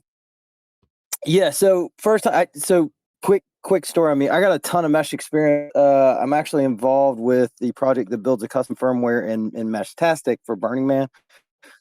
But just really interested in like search. I do search and rescue and a bunch of festival stuff. So I'm really only been interested in ad hoc networks. And just recently, the other day, I was bored and I decided to look at what I'm in New Orleans, open up and just see if there was any activity. I just honestly assumed there wasn't much. I mean, I'm familiar with, the Mid Tennessee network and a couple of those Austin network stuff, but found you guys. And then was just intrigued, so jumped out. So I guess to me, the big thing, because I've heard it mentioned a little bit in this discussion of, going regional, whatever. I did look at y'all's online presence, so I kind of know what the stated one is, but that's not always what the current one is. But just, what the mission statement kind of is, because, for me, my big interest is MCOMs, and then just playing around with like stress tests and networks and things like that. But, the DX and stuff is certainly a route too. But do y'all have a consolidated idea of what kind of the group's mission statement is, I guess? And then the other thing, just curious how many people who are on the call right now might be local, actual in New Orleans, metro, and if anybody still plays in Meshtastic. That's it. That's my couple things. Well, I can answer that from backwards. Yep. I originally started with Meshtastic because I work for the local sheriff's office where I am, and they twisted my arm after a year of crying, and they wanted to do ATAC, and that's what kind of started it and got me funded through my department when they tried going to, I think it was Persistent Systems sells a system for ATAC, and it costs like 100, 200 grand or something crazily stupid like that. And I told them I could build it for a lot cheaper, and asked me if they've even downloaded the app and used it since November.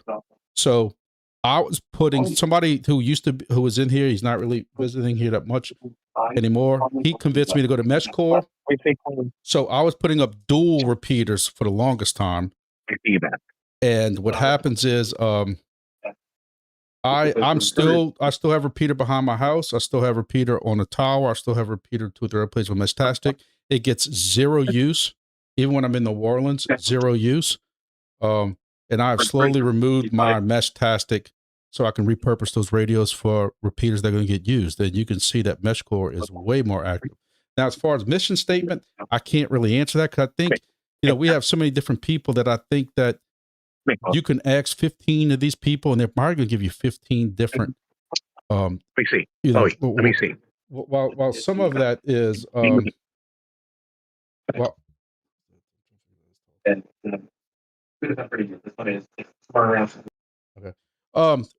While a lot of my stuff is in MCOM, because I'm with the state also, an emergency AUXCOM committee, and some guys here all too. I kind of also knew that if GOSEP, which is the state Homeland Security Office, along with a lot of the EOCs got involved, that this would really blow up. And that's the way I planned it. And that's kind of what is happening. But there's also the ham guy in me who likes to, like I said earlier, likes to see the DX side of going from here to Florida, here to every now and then you get some skipping to Austin, Texas, or Tennessee, or Kentucky. And I think that's cool too. So I don't know what everybody else is or what the actual Gulf Coast's mission. I think a lot of people saw this as after Hurricane Katrina, Hurricane Ida for us, that what didn't get wiped out during Hurricane Ida's 120-mile-an-hour winds, the cleanup crews finished after when they cut all the fiber and killed all our cellular.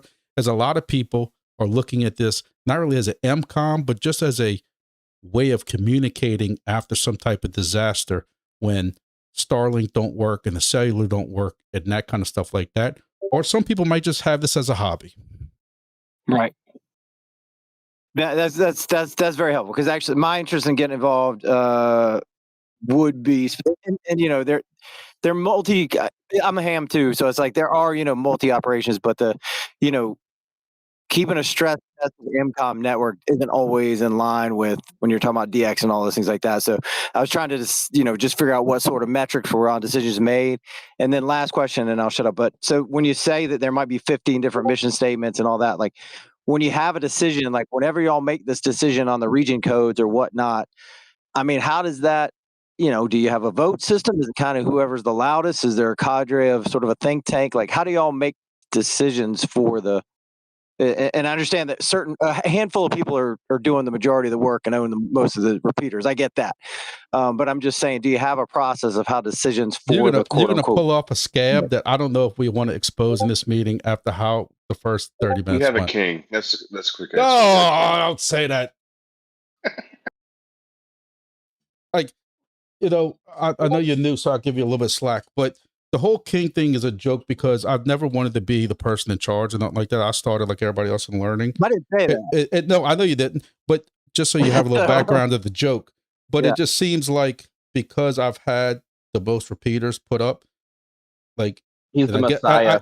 I guess, and I'm the most opinionated of them. Like most people, is Scarlett said, "Hey Grumpy, you handle the meeting today," and then today meant for now on. And but I sat here at work and I did a lot of research though with a lot of these. I did a lot of research looking at probably 10 to 12 different mesh groups, and I realized that they all and talking to these guys, and there's a Discord channel for like all the different mesh coordinators, and they all kind of said as like, we're sorry it was you, but somebody has to be, I call it the herder of cats.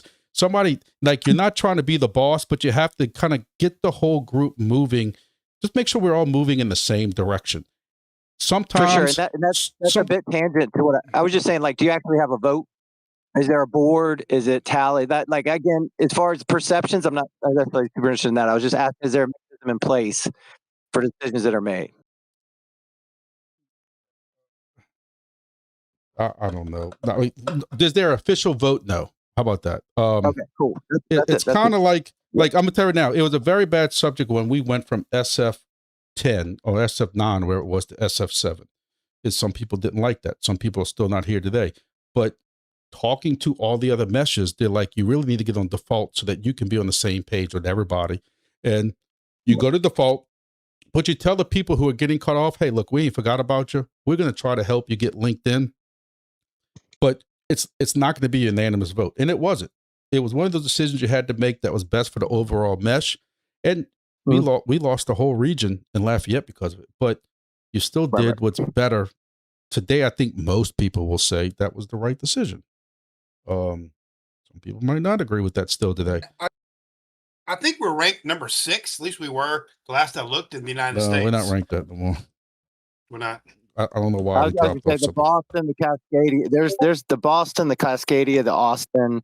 There's a number of them that are enormous. I mean, you know, the Cascadia, you're going from Southern California or mid California all the way to mid British Columbia at this point, stuff like that. So, yeah, there are some really, really big ones. Scarlett, you ready yet? But anyway, thank you very much for answering my questions. Thank you. Yeah, you're gonna give me PTSD tonight. Right, so what I have in front of me is the I should be screen sharing. I've never used macOS before, so hopefully this is working. So in front of me I have the Grumpy Mesh board I got. Hopefully it should be working. Up here should be a spectrum analyzer showing the output. Hopefully. Can everybody see it? Because she has 2 screens for some reason. One says stream, watch stream, so I just want to make sure everybody can see that. Yeah, And I can see it. I can. Right. So Yeah, she's right here is good. going to be the spectrum analyzer showing the output of the board, and then right here I have the I just have a mobile app running, the GulfCoastMesh app to pull telemetry. So let me switch my headphones around so this is comfortable. So we'll go ahead and reset spectrum analyzer. So first things first, the grumpy board right here. JSTs are removed because I didn't like the ones on this prototype version. They'll be changed to a standard JST. So just in terms of how it's powered via 5 volt, and then and we have a battery connected here. So this would be how you'd have it configured for your wave share. So what we can do, I'm gonna go and send just a few ad words. I'm just looking for that output power to hopefully stabilize if it just wants to now.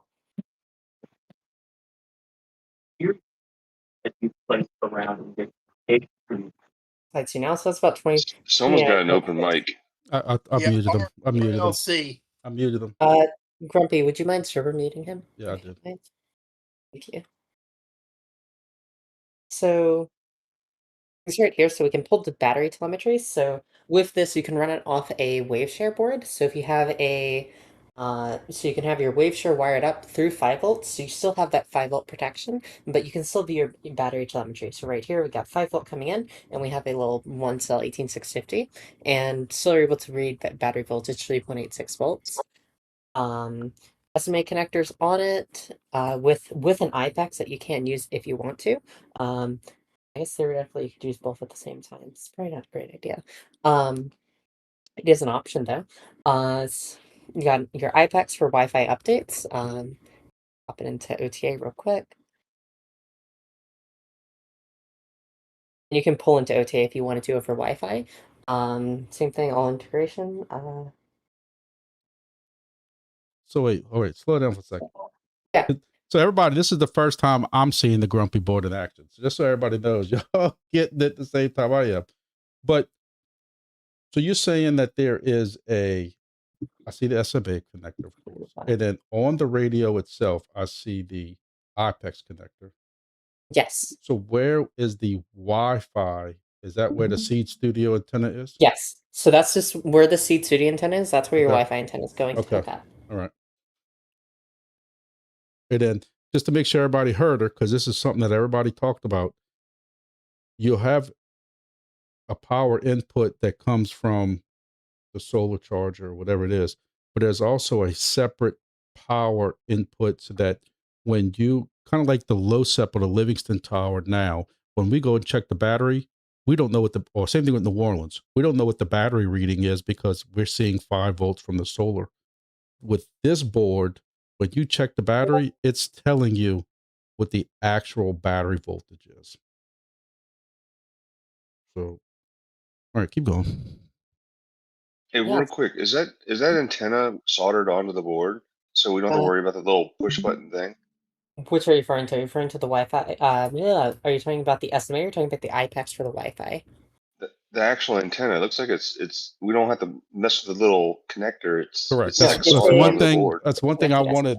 I wanted SMA. So when you're screwing that antenna down, you don't have to worry. That's it right there. She's playing with.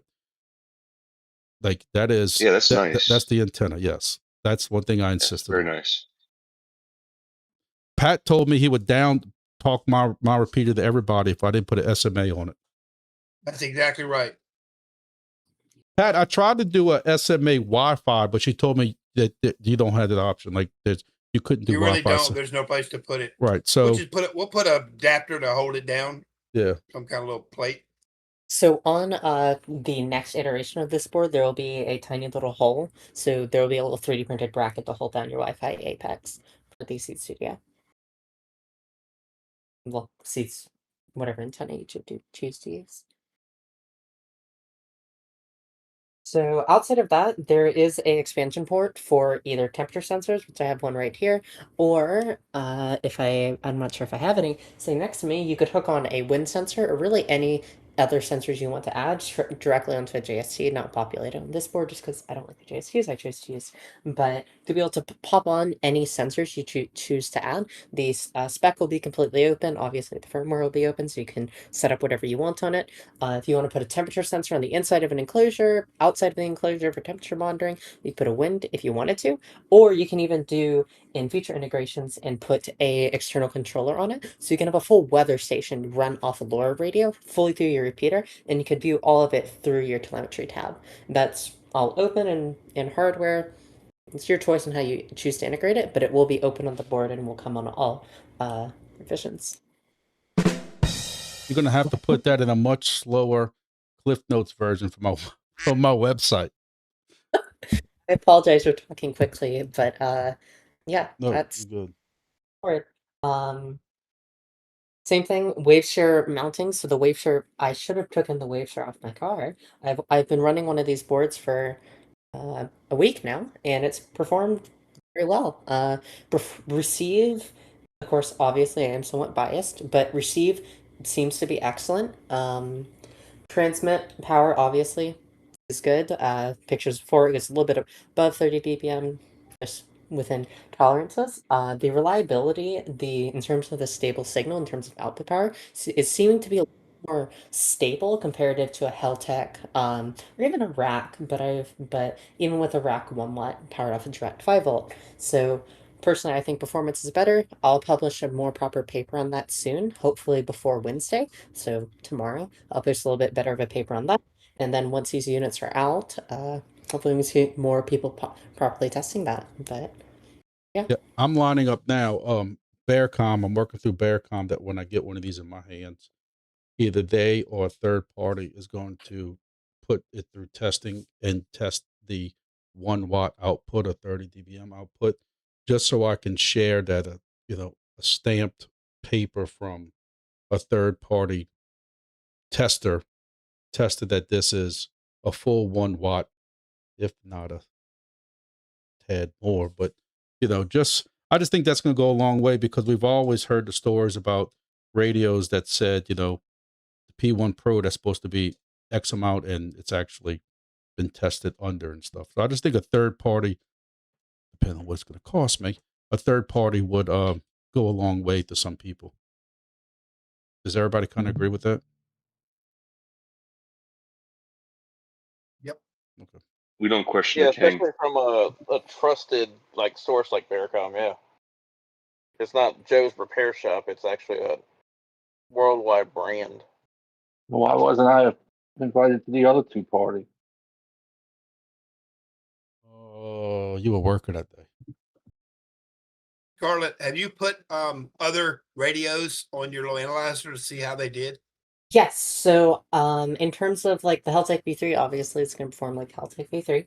V4s seem to perform at, of course, their rated level. I've had all my V4s perform to that level, but in terms of their reliability in hitting that, in terms of if you have adverts, I just use adverts, it's easier, but a bunch of messages coming through it, the Heltec V4 seem to have a bigger drop off. So if it's if it's forwarding a bunch of packets, that output power seems to drop down a lot more comparative to the chip used on this board. The rack is a little bit better about that. It's a little bit better at keeping that reliability higher as it's forwarding a bunch of packets quickly, which in our mesh currently isn't as much big a deal, but as the mesh grows, that's become a bigger and bigger deal as these boards start to underperform as they're trying to carry more and more traffic. This board, the E22P radio module that's used on it, is a lot better at handling all of that. And of course, I'm trying to figure out a good way to be able to show that data. So, Got another question. The since you've got an open IPEX connector on that board, yes. will it need to be terminated? No, if you choose to, if you choose not to use the SMA, you can use it. Signal shouldn't affect it, but no, you don't have to terminate it. No. So the question, I already know what's going to happen. The question comes in is, what happens when, not if, but when somebody tries to use both of those connectors? Your output power will just be taken in half. That's about it. I can like do that now and throw a whip on it. It's perfectly fine in terms of hardware. No, I could see I could see somebody taking the IPEX and putting a Yagi pointed to a certain direction, and then putting the Omni on the SMA and seeing what the hell Not a happens. bad idea. I mean, it would work technically, but not to its full potential. Not to its full potential at all, and obviously not supported. But I mean, electrically speaking, it would work fine. I mean, Mike had an option with a water tower putting an antenna on both sides. because we could go on the very top. You need 3. 2's not really gonna work.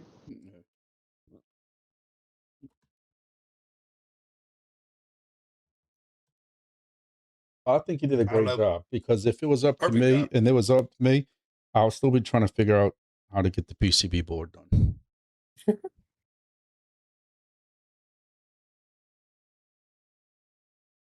And yeah, hopefully, hopefully, God, my throat hurts. I think Grumpy said hopefully these. I think you're planning on selling these by the Hamfest. Well, my hope is to have the whole repeater ready for the Hamfest. Um, you know, depending on when you're ready to order and stuff like that, I'm hoping to have these for sale in a week or so. I know they're not going to be in a week, but taking some pre-orders now. I kind of would like to have an idea of not to put anybody on the spot. Please don't take it like that, but how many of these people are going to want to buy and try out, because I want to have enough left over to put into repeaters for the Hamfest. So if I go buy 20 boards and sell 18 boards, I'm only going to have 2 left. But I also don't want to go buy 20 boards and only sell 2 boards. Then I have 18 left that I'm trying to, do. I don't know. You figured out a retail price for it yet? No, because I'm still waiting for Scarlett to get the price from the manufacturer of this board to see what it's going to cost per quantity, and how much it's going to cost to ship, and how much it's going to cost for whatever else she needs. And then me and her are going to discuss it from that point. Once she has those numbers, we can privately chit chat about that after. All right. Just remember, everybody's poor. I mean, no. This is most likely not coming from the U.S. But just remember, DDP shipping terms. Yeah, I've handled with this manufacturer before on quite a few boards now, and they've done a very good job, and pricing is fairly low. So hopefully the price of this should be Okay. lower than, well, I won't speak on that, but yeah. Yeah, don't say anything. You have to take that. Yeah, but hopefully the price should be pretty decent. These manufacturers are pretty decent on it. Now, honestly, if you were to offer a whatever you want to call it, a charter member price.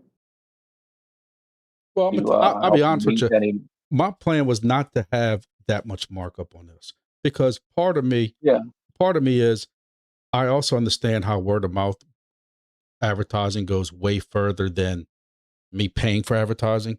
And in the beginning, the more of these boards I can get out, and the more the repeaters I can get out in the beginning, I'm not saying I'm giving them out for free, but my point is I don't mind not making that much profit off of any of these. But part of me wants to take a profit on this, because I'm just rolling that into the actual repeater. Right. Yeah. So yeah. And not only that, but I also want to keep this competitive to what, We Hooper and what some of these other people are selling boards for also. Even though this board does a little bit more than what they do, I still don't want to go and charge $50 more than what they're charging either. I'm not stupid either. People are going to say Wi-Fi's not worth it. What I was getting at was, if you wanted to do a charter member price to help you reach any minimum that you may need to meet, that might be an option. And doesn't it what I'm saying? Doesn't it have a flux capacitor filtering system in it? Yep. I thought it did. Nuclear. I've got 2 questions. Absolutely. If I may have missed that, step away for a second. So I see where you've got the little pin connectors on there.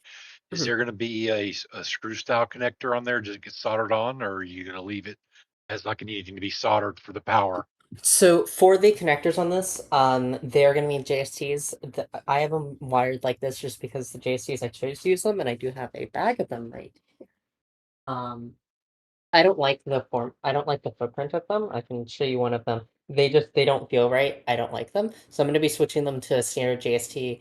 JSC sizing, I'll post about soon. But these are the JSCs I was planning on using on the board. I don't like them. I don't think they suit well. I don't think the user experience is that great on them. So they'll be swapped out with a proper JST. So you will not have to solder at all for this board. Even if you choose to add a temperature sensor to it, a wind sensor, whatever sensor you choose to add, you will not have to solder at all. Oh, okay. Now, I heard someone else mention this a couple weeks ago. Did the Founders Edition get signed by Grumpy? Did they have like the high power jumper removal to go to 2 watts? Let me tell you, I got a guy who's blowing up my email now, and I've shared it to Mike and Scarlett already, who's already on my ass about FCC certifying. And like, so I don't even want to even joke about that because it's not if, you know, a lot of y'all know what sad hams are.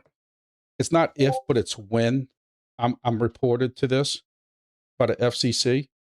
Like, I don't want to, because I'll be honest with you, that discussion did come up. Is having, you know, me and Scarlett discussed what Scarlett asked me about a 2 watt, 1 watt version that you could change in settings and stuff like that. And I'm like, absolutely not. Because the board we're using has an FCC certification that distinctly says you can drop it in other projects, whatever. And like when you look up that FCC certification, it distinctly says, and I also reached out to 2 other vendors who are selling the same radio who said they also got, they were advised the same thing, that you are allowed to use this in other projects like this, just like we're doing. And I have one guy who's blowing my phone up saying, absolutely not. When you put it in a new box, it has to be completely recertified by the FCC. And I'm like, that's bullshit. You're using the radio. You're not changing any settings. You're using it as it was designed. I'm not paying thousands and thousands of dollars to get something recertified that has an FCC certification stamp on it. That makes no sense. Just because if that's the case, then every Heltech V4 that is FCC approved, every time one of y'all drops it in a box, y'all have to get it FCC recertified. Is the V4 FCC certified? The I thought it was V4 just is, I thought the V4 it's the 1 watt rack that's not. That's why the 1 watt rack, you got to order it from different Chinese places. That's changing. I'm sure y'all got the email. I haven't seen the email, but I believe you. Yeah, they're looking for beta testers now, but you got to pay to be a beta tester. Yeah, that makes sense. I got a You question haven't about been the sending your temperature and boards into humidity the sensors. FCC? absolutely. How hard is it to program all that stuff on the board? Because I'm not very tech savvy when it comes to programming it. I would like some way to like plug and play. Because in my business, it would be great if I could, in HVAC, if I could put an antenna on an HVAC unit and be able to check into a certain business and So, tell the temperature, output temperature. That's for definitely a use case for me. for temp sensors, I will have just for a standard temperature sensor, like the one here. I forget what these are called. I can get you a name on these. These are the most common temperature you'll see in like hobby stuff. I have a bin full of them. They're really cheap. Their firmware will support this on release. You will have to you may have to use a separate firmware version. But it will be available. Who's messaging me? The firmware will be available, so you won't have to do any sort of development. Just flash a different firmware. So it's You'll use basically the plug and play. Like Yes, it'll recognize it once I plug it in. for this temp sensor, yes. For Excellent. others, I may add support for them as there's demand, but in terms of the guaranteed sensor, it will be this temp sensor. I forget what it's called. It's The DHT11. yeah, DHT11. It will have support on release. I might need to do a separate firmware for it. I will have to see about that, but it will So be. say I put it on a unit, right? Can I set it up as a repeater and then just check in with it to check the temperature? Because Yes. I mean, So yeah, that would be there's a excellent. Because I could few I could ways. start spreading repeaters all over the place. Yes, so that is completely an option. You can even set it up as a repeater not doing a repeat, or Now this is something I haven't messed with, but there is mesh core sensor nodes which can send out their data to a specific person if you want to do like real-time logging. That is an option. I've not messed with that though. Technically the hardware supports it, but I've not messed with it. And in terms of congestion on the mesh, that would be something of interest.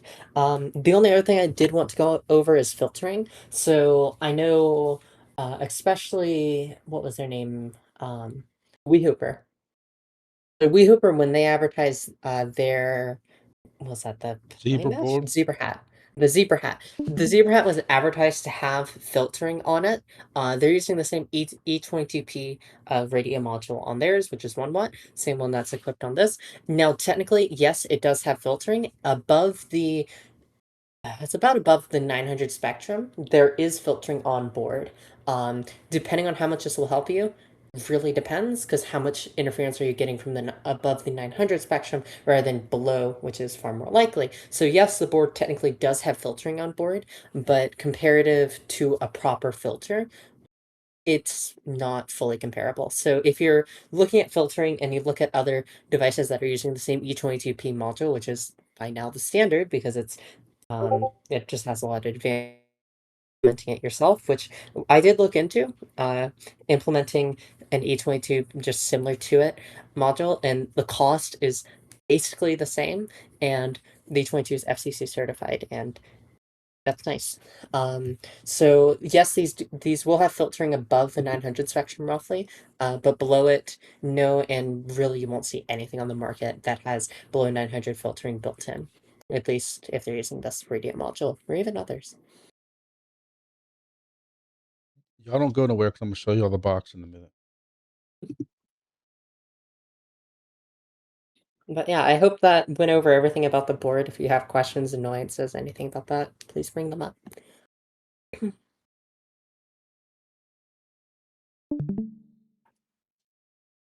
Have you heard back from them yet about those other questions? Do we need to discuss that after, or you haven't heard back yet? From the manufacturer. Yeah. I might have. What time is it? I should be before the end of the meeting, and I'll shoot you a message. Let me end this. I mean, the little Chinese kid should be going to lunch soon, so you know, might be taking a break and he can answer emails. I don't know how I'm supposed to share this. Let's see. Let's see.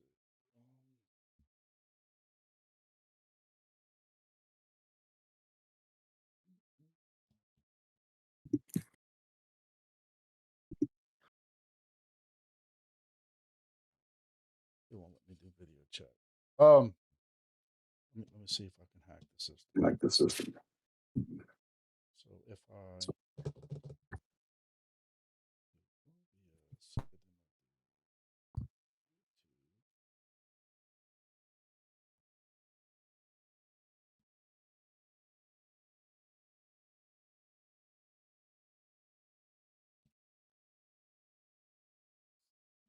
let's see if this even works.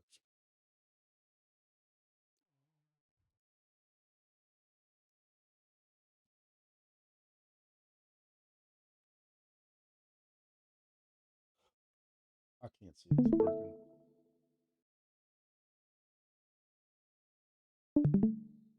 All right. There's gonna be a hell of a delay in this, but I just wanted to try to show you all this box. So for those of you who can see it, this is the approximate size of what the Grumpy repeater would be. I have to give my hats off to Mike. Mike is the one who did majority of the work on this. I kind of had a general idea, kind of like the board too. You know, I kind of had a general idea of what I was looking at for the Grumpy repeater. So that's what it is. I had it upside down in the beginning. So we are going to reinforce this top a little bit because when you put an antenna on it, it does flex a little bit. I have one of them cheap ass antennas somewhere. I don't know what the hell I did with it. I'm sure I'll find it as soon as this chat's over with. But anyway, so you're going to have your end connector here so that you can put your antenna on top with backcountry, whatever it is. As of right now, what we're looking at doing is putting a possibly a flat wall on one side. I still haven't decided if I want to put an angle on it just to keep, you know, some people are very anal. Like, hey, forever, I know that I'm supposed to have my solar panel at an angle. And they just think it's going to be worthless if not, because I read that in the Reddit and some of these other forums. Part of me just says for winds and stuff like that, I want it against the, you know, the wall.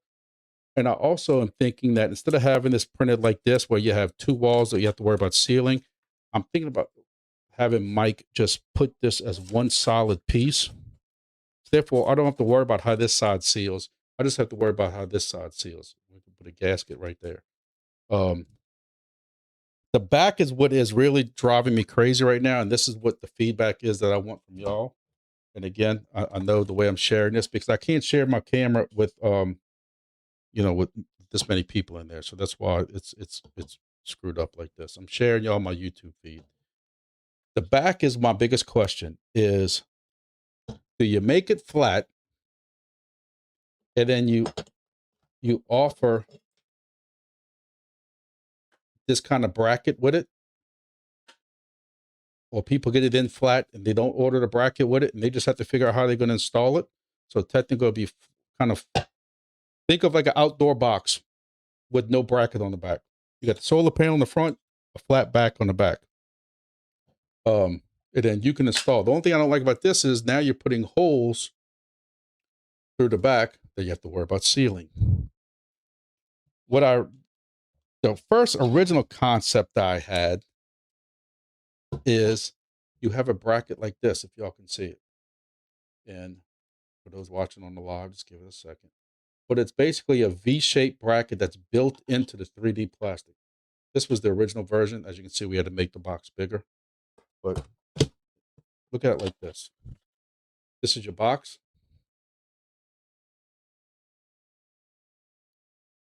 Like this. So that you already have the pole mount built into it. All you got to do is put some type of pipe strap, metal strap around the pole. And your box is there. Does that make sense? So, but my problem is I know there's going to be somebody who complains that they don't want this kind of back on the back of their repeater. Hey, Then, Grumpy.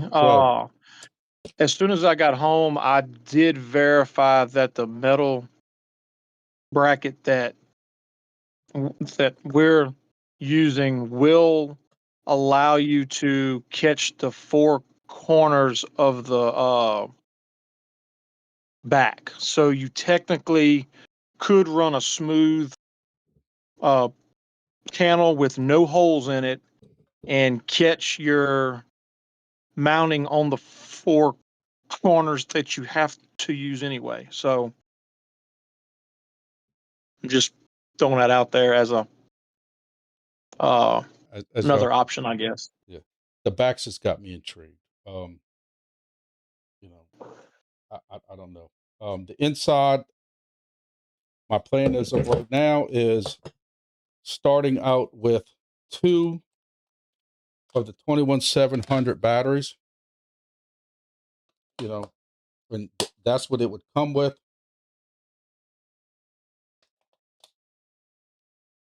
And it would work fine. This would be 1100 milliamp hour batteries total capacity. Somebody sent me an email and said I should put the word capacity on my website when I said 1100 milliamp batteries. That's how anal these people are. Therefore, if somebody wants to add capacity, they can add 1 battery or 2 batteries. And now you have 22,000 milliamp hours.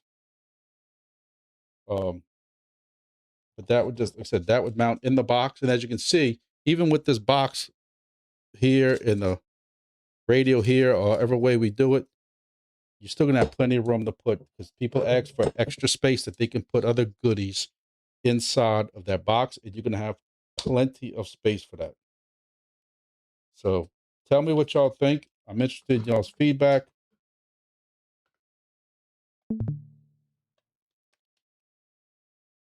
Anybody? Everybody loves it.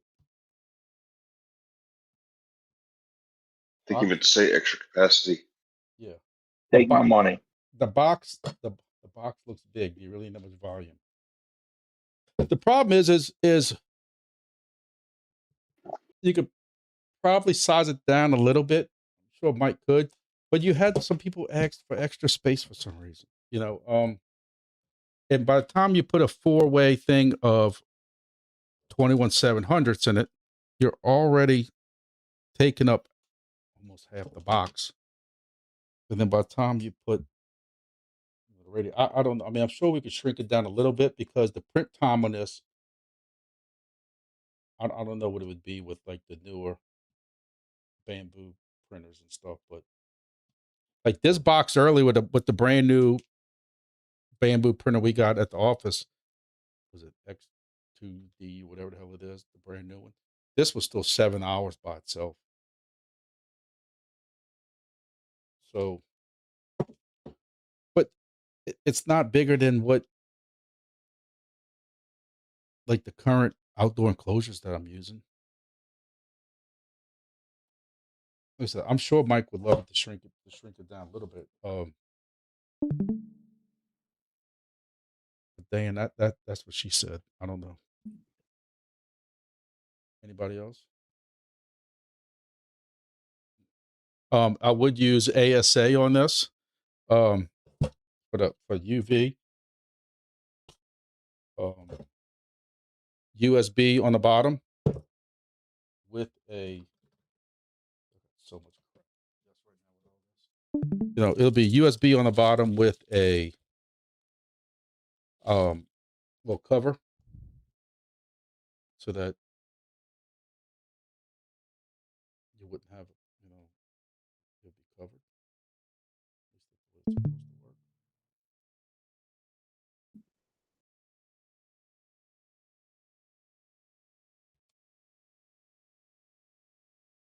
I mean, to me, if you built a bracket over a battery for the board, you could shrink everything down, and then it would be a lot stronger the smaller it is because you won't be flexing as much.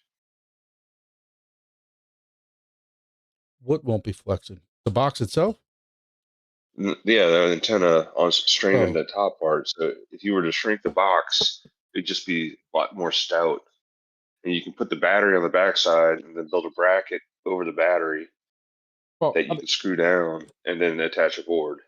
I guess part of me wanted to make sure that we were good with, you know, telling Mike, all right, this is what we're gonna do, flat back with this. So, you know, and then figure out the exact size. Because I haven't told Mike this yet, but I am planning before I release this, because this you can't call it the king repeater, and then the first time it rains, it fills up with water. And it can't let, you know, down here, it has to last hurricanes. My plan is right now is when we're ready to put this together, I'm putting this box together with the gaskets and everything, and I'm torture testing it.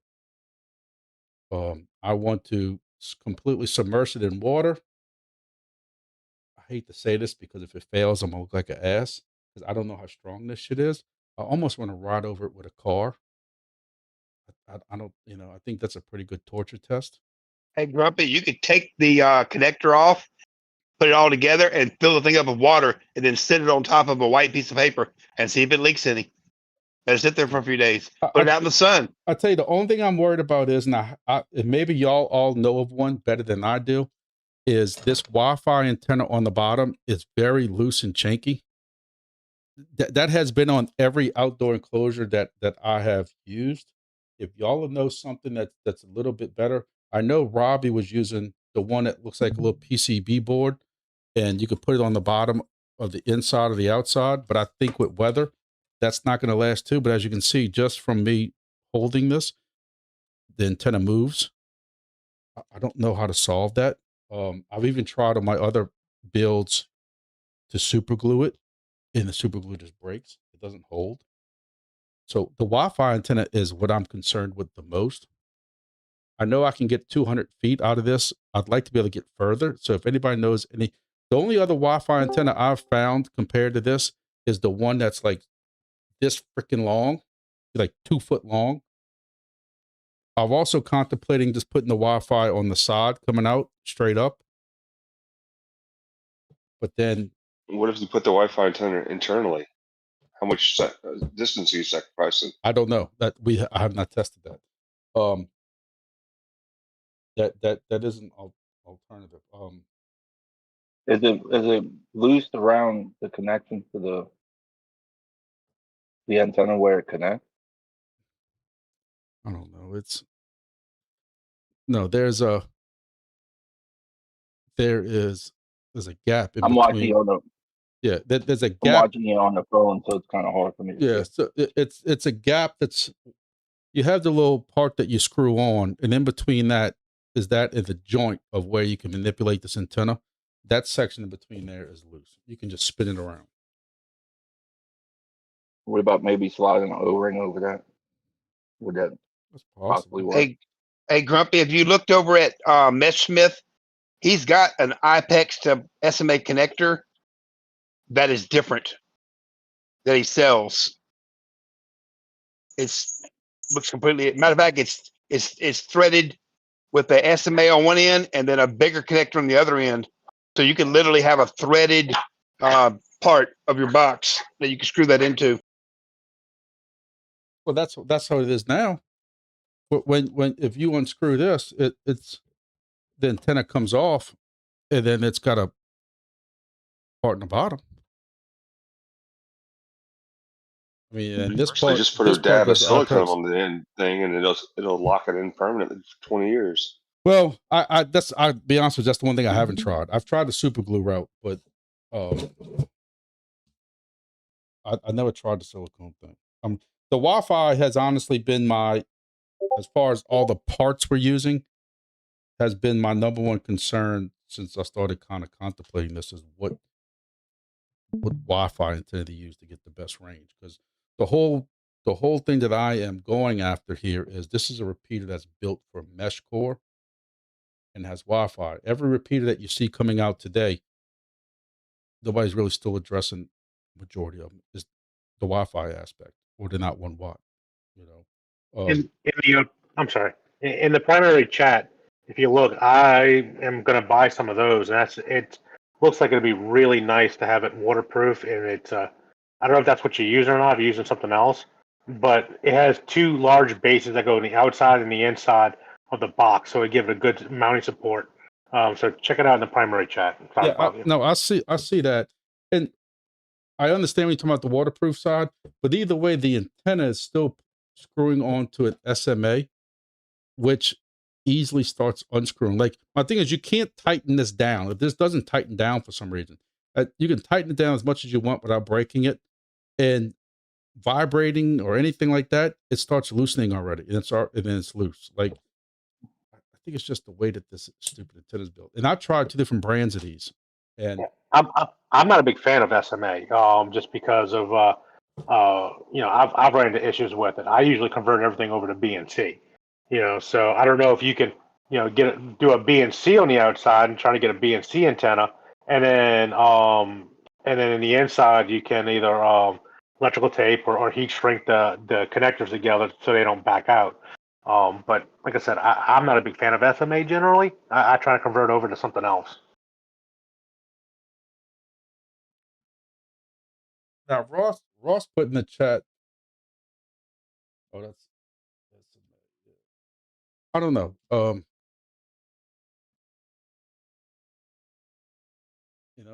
Hey. Yeah, that's if through hole. Yeah, if it has to Be be bulletproof.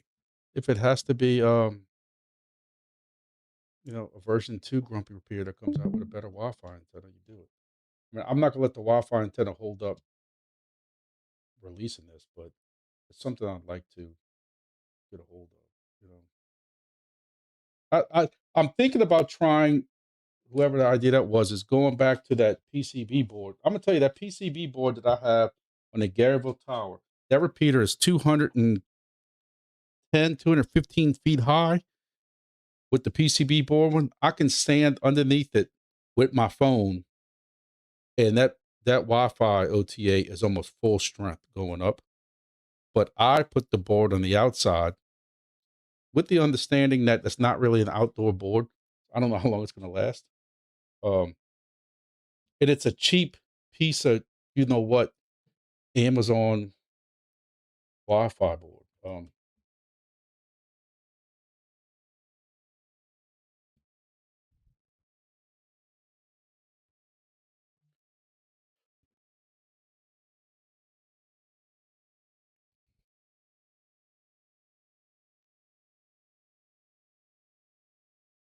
to get it to come up. It's going to come up.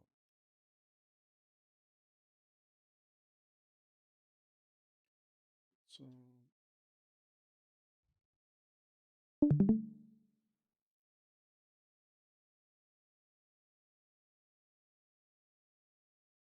this is it right here.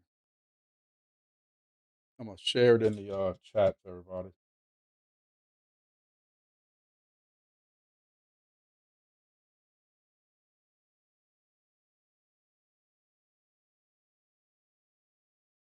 On the inside of your box? Well, the one I just shared, that is on the outside of my box. Again, I understand it's not made to be on the outside, but I'm getting 220 feet with almost full strength inside the box. Going through plastic, it might not make a difference. My plan is to get some of these in, throw it in a box, walking 300 feet away. I'd like to be able to get 400 feet. I don't know if somebody told me the transmitter, no matter what antenna you put, might not be able to go 400 feet, no matter what you use. I don't know.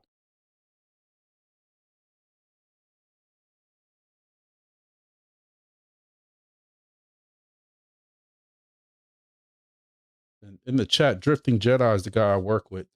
He's saying the demo box that we made is only a 15% infill. So we could always go stronger. Added pressure, squeezing down the gasket or running over it with the car. But Did we ever find a 2.4 gig antenna that was N-type connector that we could have used? well, not to sound like a cheap bastard, but while I understand that that would suffice for a king repeater, you start worrying that by putting that kind of stuff, does that price it out of range of some people? While there are some people who is good. And what idiot's going to switch the two antennas around? Hey, thing Yeah. don't work. Yep. Yeah, that is true too.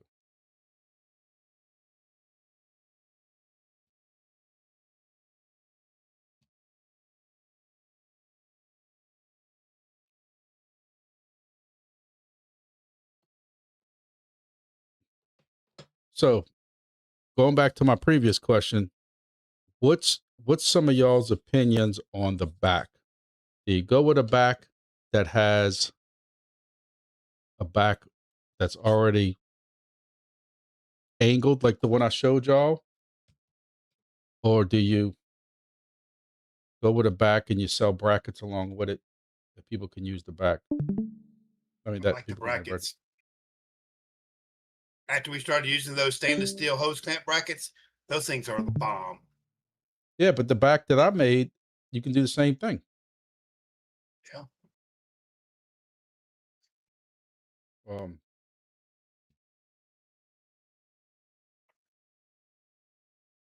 don't understand why people don't understand the purpose of a shim to get an angle.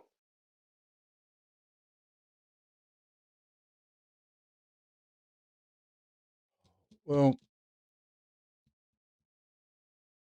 the idea of the back that I have is, again, going off of what my screen is I don't know if you can make this bright or not, but I'm blind myself.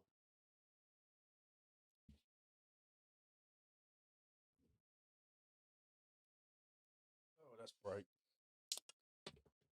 Is this back? So you already have where, even like what Pat just said, you can have your metal straps. This is the back of the repeater.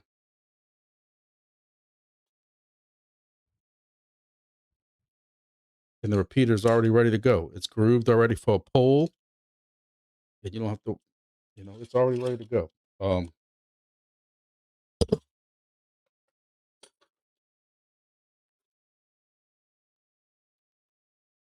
So do you do this, and then the solar panels on the front, or do you do a flat? And then therefore we have to install these, which this is going to be more expensive if you have to buy these and put them on every repeater. But then if there's somebody out there who is not installing this on a pole, they might not want this, right?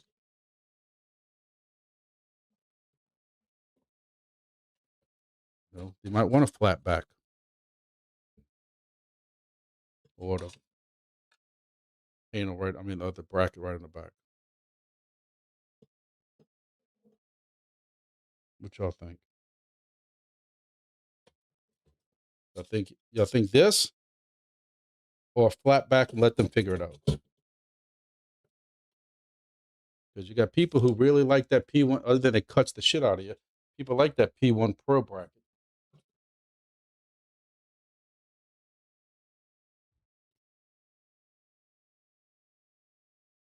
Anybody? Y'all not hurting my feelings. I'm asking for y'all's opinion just because I put a lot of faith in it. So y'all tell me what y'all think. You make one bracket for everything, and then if you want to order a special bracket, you put a request in when you're ordering, and just say it's going to take an extra couple of days. No, the part of me was saying that, hey, I'd like to just do one design and one design only. So if I get an order for 5 of them, I'm doing 5 designs. I'm gonna have 5 boxes printed out. I just gotta put them together and ship them out. The other side of me, as far as this is concerned, was thinking I'll make some of these backs and I'll make some flat backs. And then the default is, say, the flat back.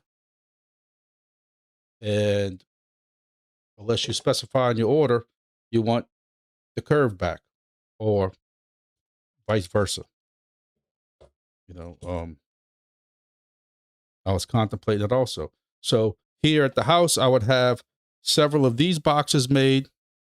And that's kind of why I wanted Mike to make one side of this with the wall enclosed with the solar panel already on it. So I could have all that ready. And then when I'm fulfilling orders, all I got to do is grab one box and then whatever back they want. Hey, what back you want? You want this back? You want the other back? I just got to throw this in there, ready to go. Scarlett found some cool boxes and can laser etch them and boxes for the cards and stuff like that. So it's going to make it look somewhat professional.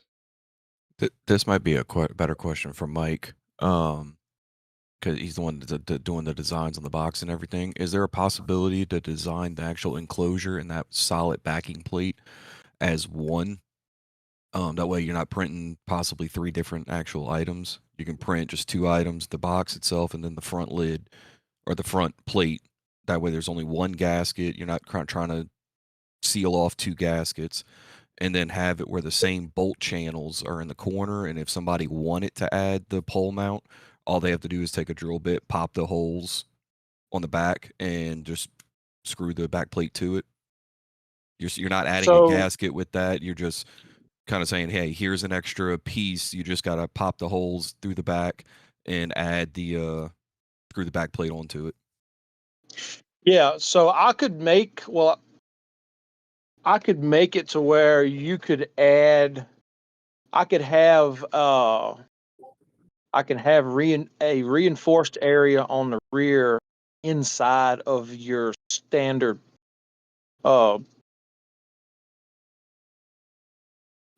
plate. And then I could make it to where if you wanted to have an add-on, you could just drill the holes out and add your own hardware, and I'd already have the recesses already in it where you know where to drill it out at, and just you could add whatever on. The only reason I'm trying to keep one side of everything that we print completely flat so that it's easier that we don't have any overhangs, because I'm trying to eliminate support. limit. Yeah. So no, that's kind of what I'm getting at. Is if like the back plate, if he decides, yep, let's do a flat back plate on the back of it. Do the back plate, and then it's all made into the box. That way the box can print on the back plate. There's no supports or anything that needs to be generated, because that just takes up way too much material, and that's just added cost in production. But if you keep the bolt channels that you have now through the enclosure, if somebody wanted to add that secondary back plate with the actual pole angles, all they would have to do is run the appropriate size drill bit through those bolt channels, pop the holes open on the back plate, and then just run one lag bolt through the entire enclosure, tighten everything up, and that way you're still only squeezing and trying to seal off one gasket instead of a gasket on each side of the box. It's just 2 points of failure rather than one.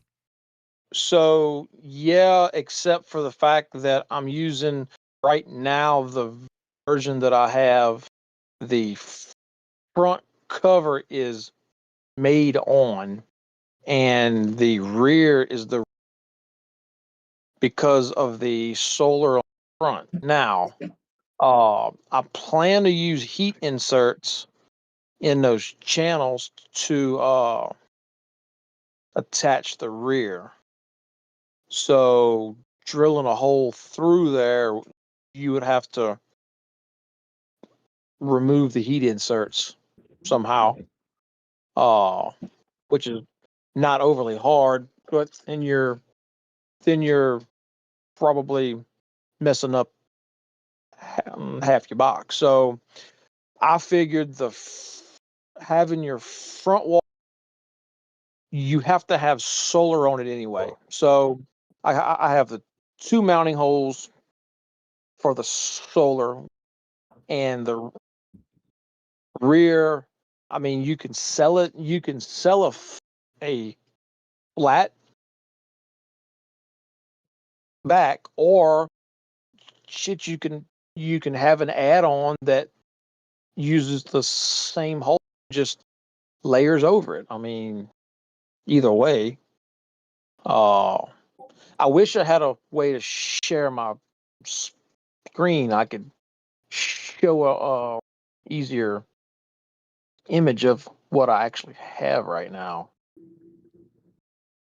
So My question is, why do you have to access it from the so-called front? I mean, you're not going to be going in this thing every day. You could just make the back the interchangeable part and make the front a solid piece with just a screw hole for the solar panel. And I mean, you're never going to open it up unless you're making it up and then it's done. So you're never really going to have to access this from the so-called front. well, originally we laid it out with the front and rear removable for multiple reasons. One, you could change how you were attaching, whether you wanted your solar flat or at an angle, or your rear either flat or with a mount, and or if you wanted, say you had a reason that you wanted to have more area to hide whatever you want in there, you could technically stack 2 center sections on each other, is how I originally had it. And I've yesterday evening I made it where the is made on. So right now, the version that I have, when you print it, it prints with the front down. So you only have one gasket on the rear, and that's it. So that's how I have it right now.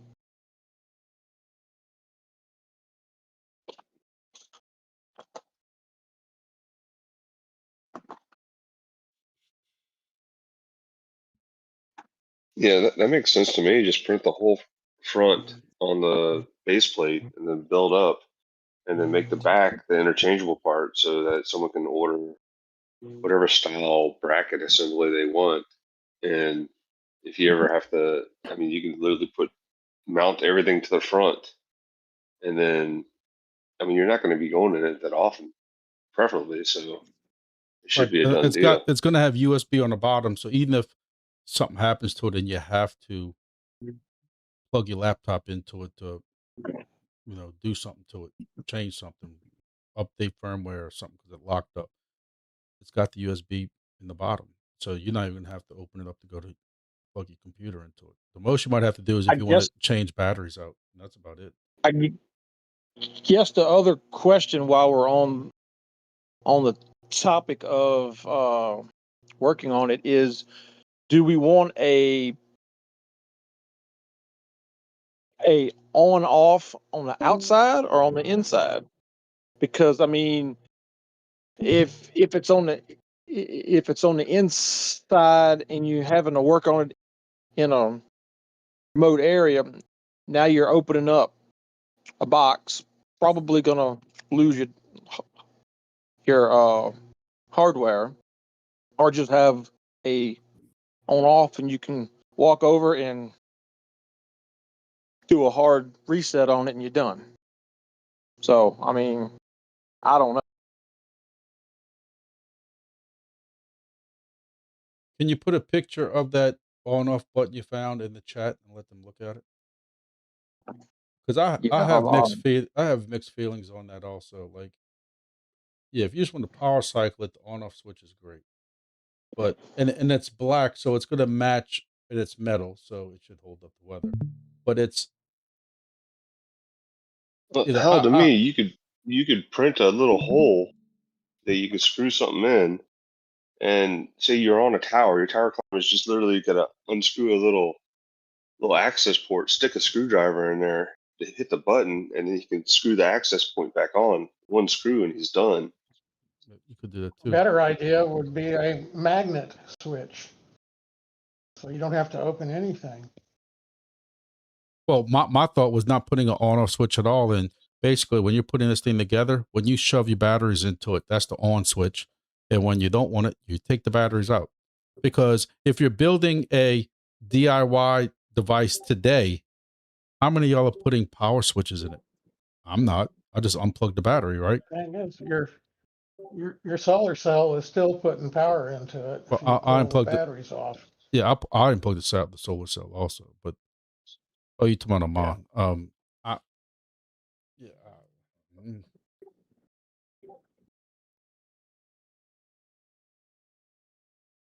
All right, I have a link in the chat for those on off switches. Yeah, I haven't put a switch in mine. I have not. Well, I had added it because I know there was mention of it, so I went ahead. It was easier to add it when I was laying it out. It's really easy to remove it. So it's in there as of right now while we're testing, and if we decide that we don't want one on the outside, it'd be easy to remove the hole and never happen. And will this switch work on 5 volts? It should. So the only thing I have to say about this is, so in from my one wheel and self-balancing electric vehicle days, the only issue with these is I've seen it happen on other people's boards. These latching switches, you hit a bump, which in this case would only really matter if you're carrying it up something. It gets tossed hard, it gets dropped somehow, and the button can come unlatched, not from it physically having impact, but just from the impact of it internally pushing that spring back and then pushing it forward to switch off. I like these switches just because they're really tactile, but I would get the ones that are normally open. So in the outside position, they are open, and when you push them in, it turns off. That's just what I prefer, but I mean, it matters on if the box gets hit, do you want it to turn itself off? Yeah, I got you. Yeah. Well, actually, if I'm not mistaken, I hadn't tested them yet. I'm pretty sure in is on and out is off. Well, when it's But what you're getting at is if they're hit and it releases, you want it on or off is what you're asking, right? Yeah, personally, I think it's, well, at least from like what I'm used to seeing these buttons on, which is a vehicle that if it turns off will send you going 25 miles per hour into pavement. It's better for it to just kick on if it ends up getting dropped. But I guess it depends. I think if you have a repeater up there and you somehow the box gets hit in some way and causes it to unlatch, you don't want a repeater failure to happen just from a little switch getting bumped in however manner and getting switched off. I got you.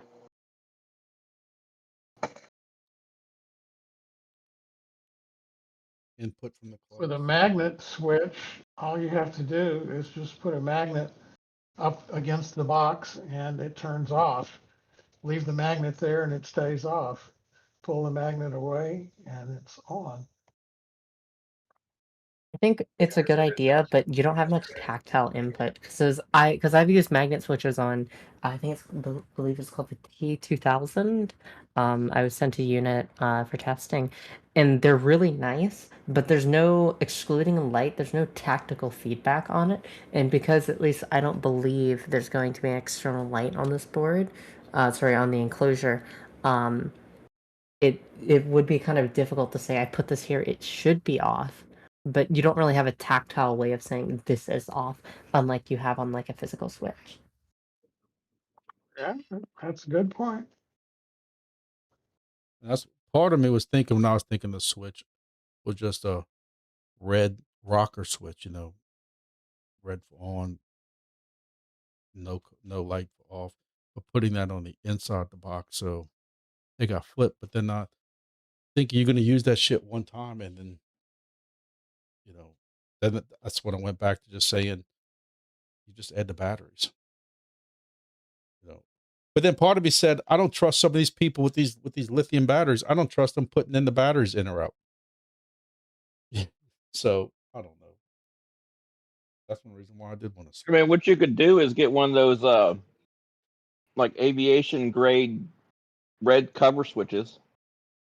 That way it's covered. You can't accidentally flip it. And then have that as like a disconnect. Where you'd have to flip it open and then flip the switch to close the loop versus open the loop. I mean, you'd open the loop instead of closing it. So it'd be more like an interrupt switch than a turn on and off switch. Part of me goes back to what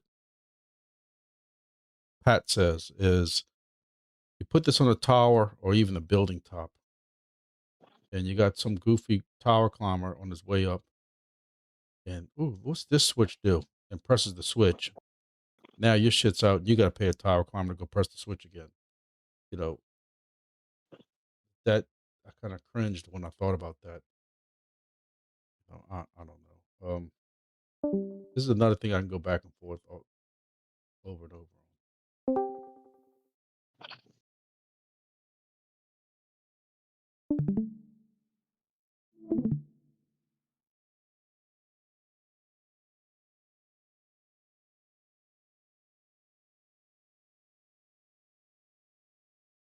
Anybody else got any other feedback while we're discussing? I've always had switches on the inside of mine until I started using the USB cable to power the V4.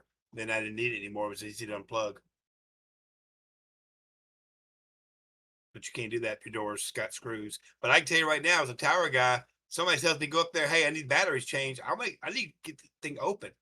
I'm not taking the whole thing down just to put some new batteries in it. It's just that simple. We need to be able to get it apart up there and put it back together up there. I have to take the whole repeater down. Now, if you send me up with a brand new repeater to replace the old one, that's a different story. Have it like the door on a giant latch and pressure seal it. Yeah, maybe.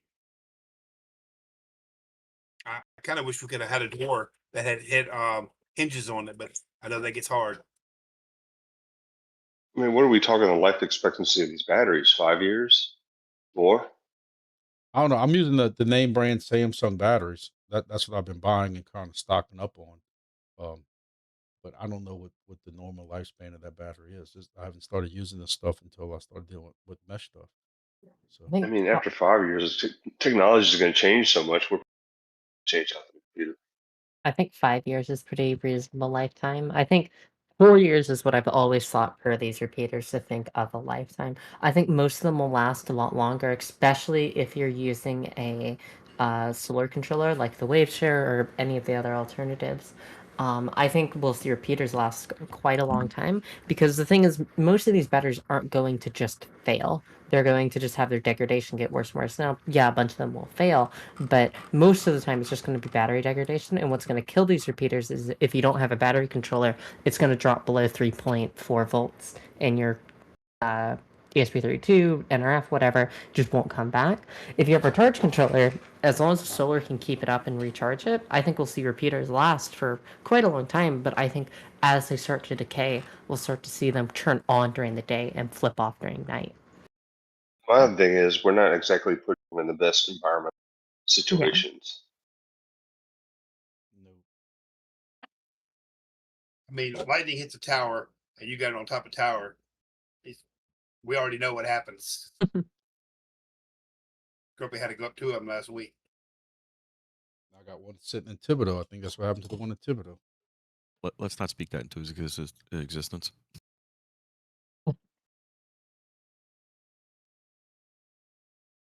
All right. Well, we still got decisions that need to be made.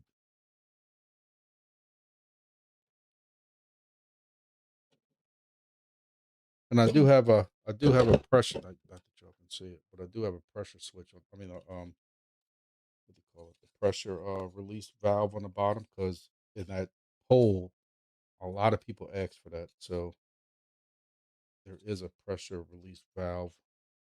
Would that pressure release valve also allow water to get out if someone were to get in there? I don't think they allow that, but I don't know. I don't want to say that, but it's got like a felt and everything, so I don't think. Because somebody did ask me that question: is am I putting weep holes in the bottom of it? And I wasn't planning on, but some people don't like that idea. I can see some people who don't have the humidity problems and the temperature problems we have not understanding why the hell we put holes in the bottom of these repeaters.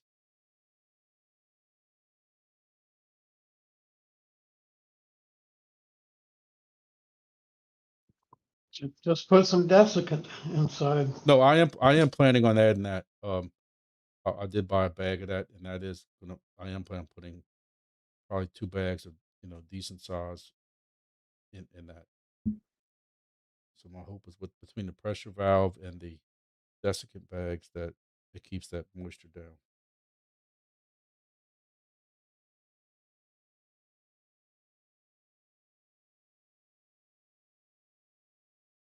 I don't know. We'll see.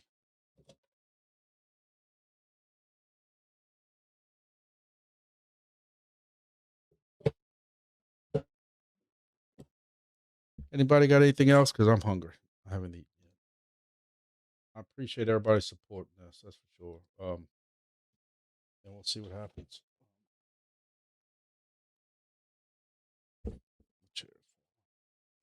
Appreciate it. Thank you. I appreciate y'all's feedback. So whatever.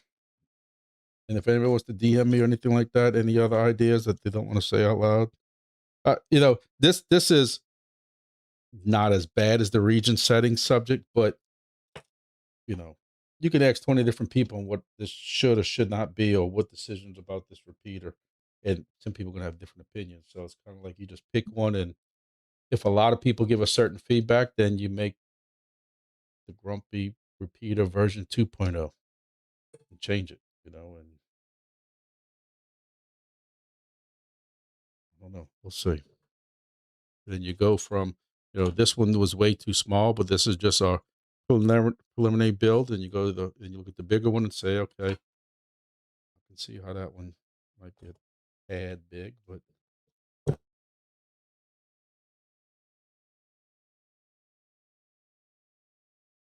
I don't know. Anybody got anything else? I appreciate everybody's feedback on the board and all that. And I think I'm done.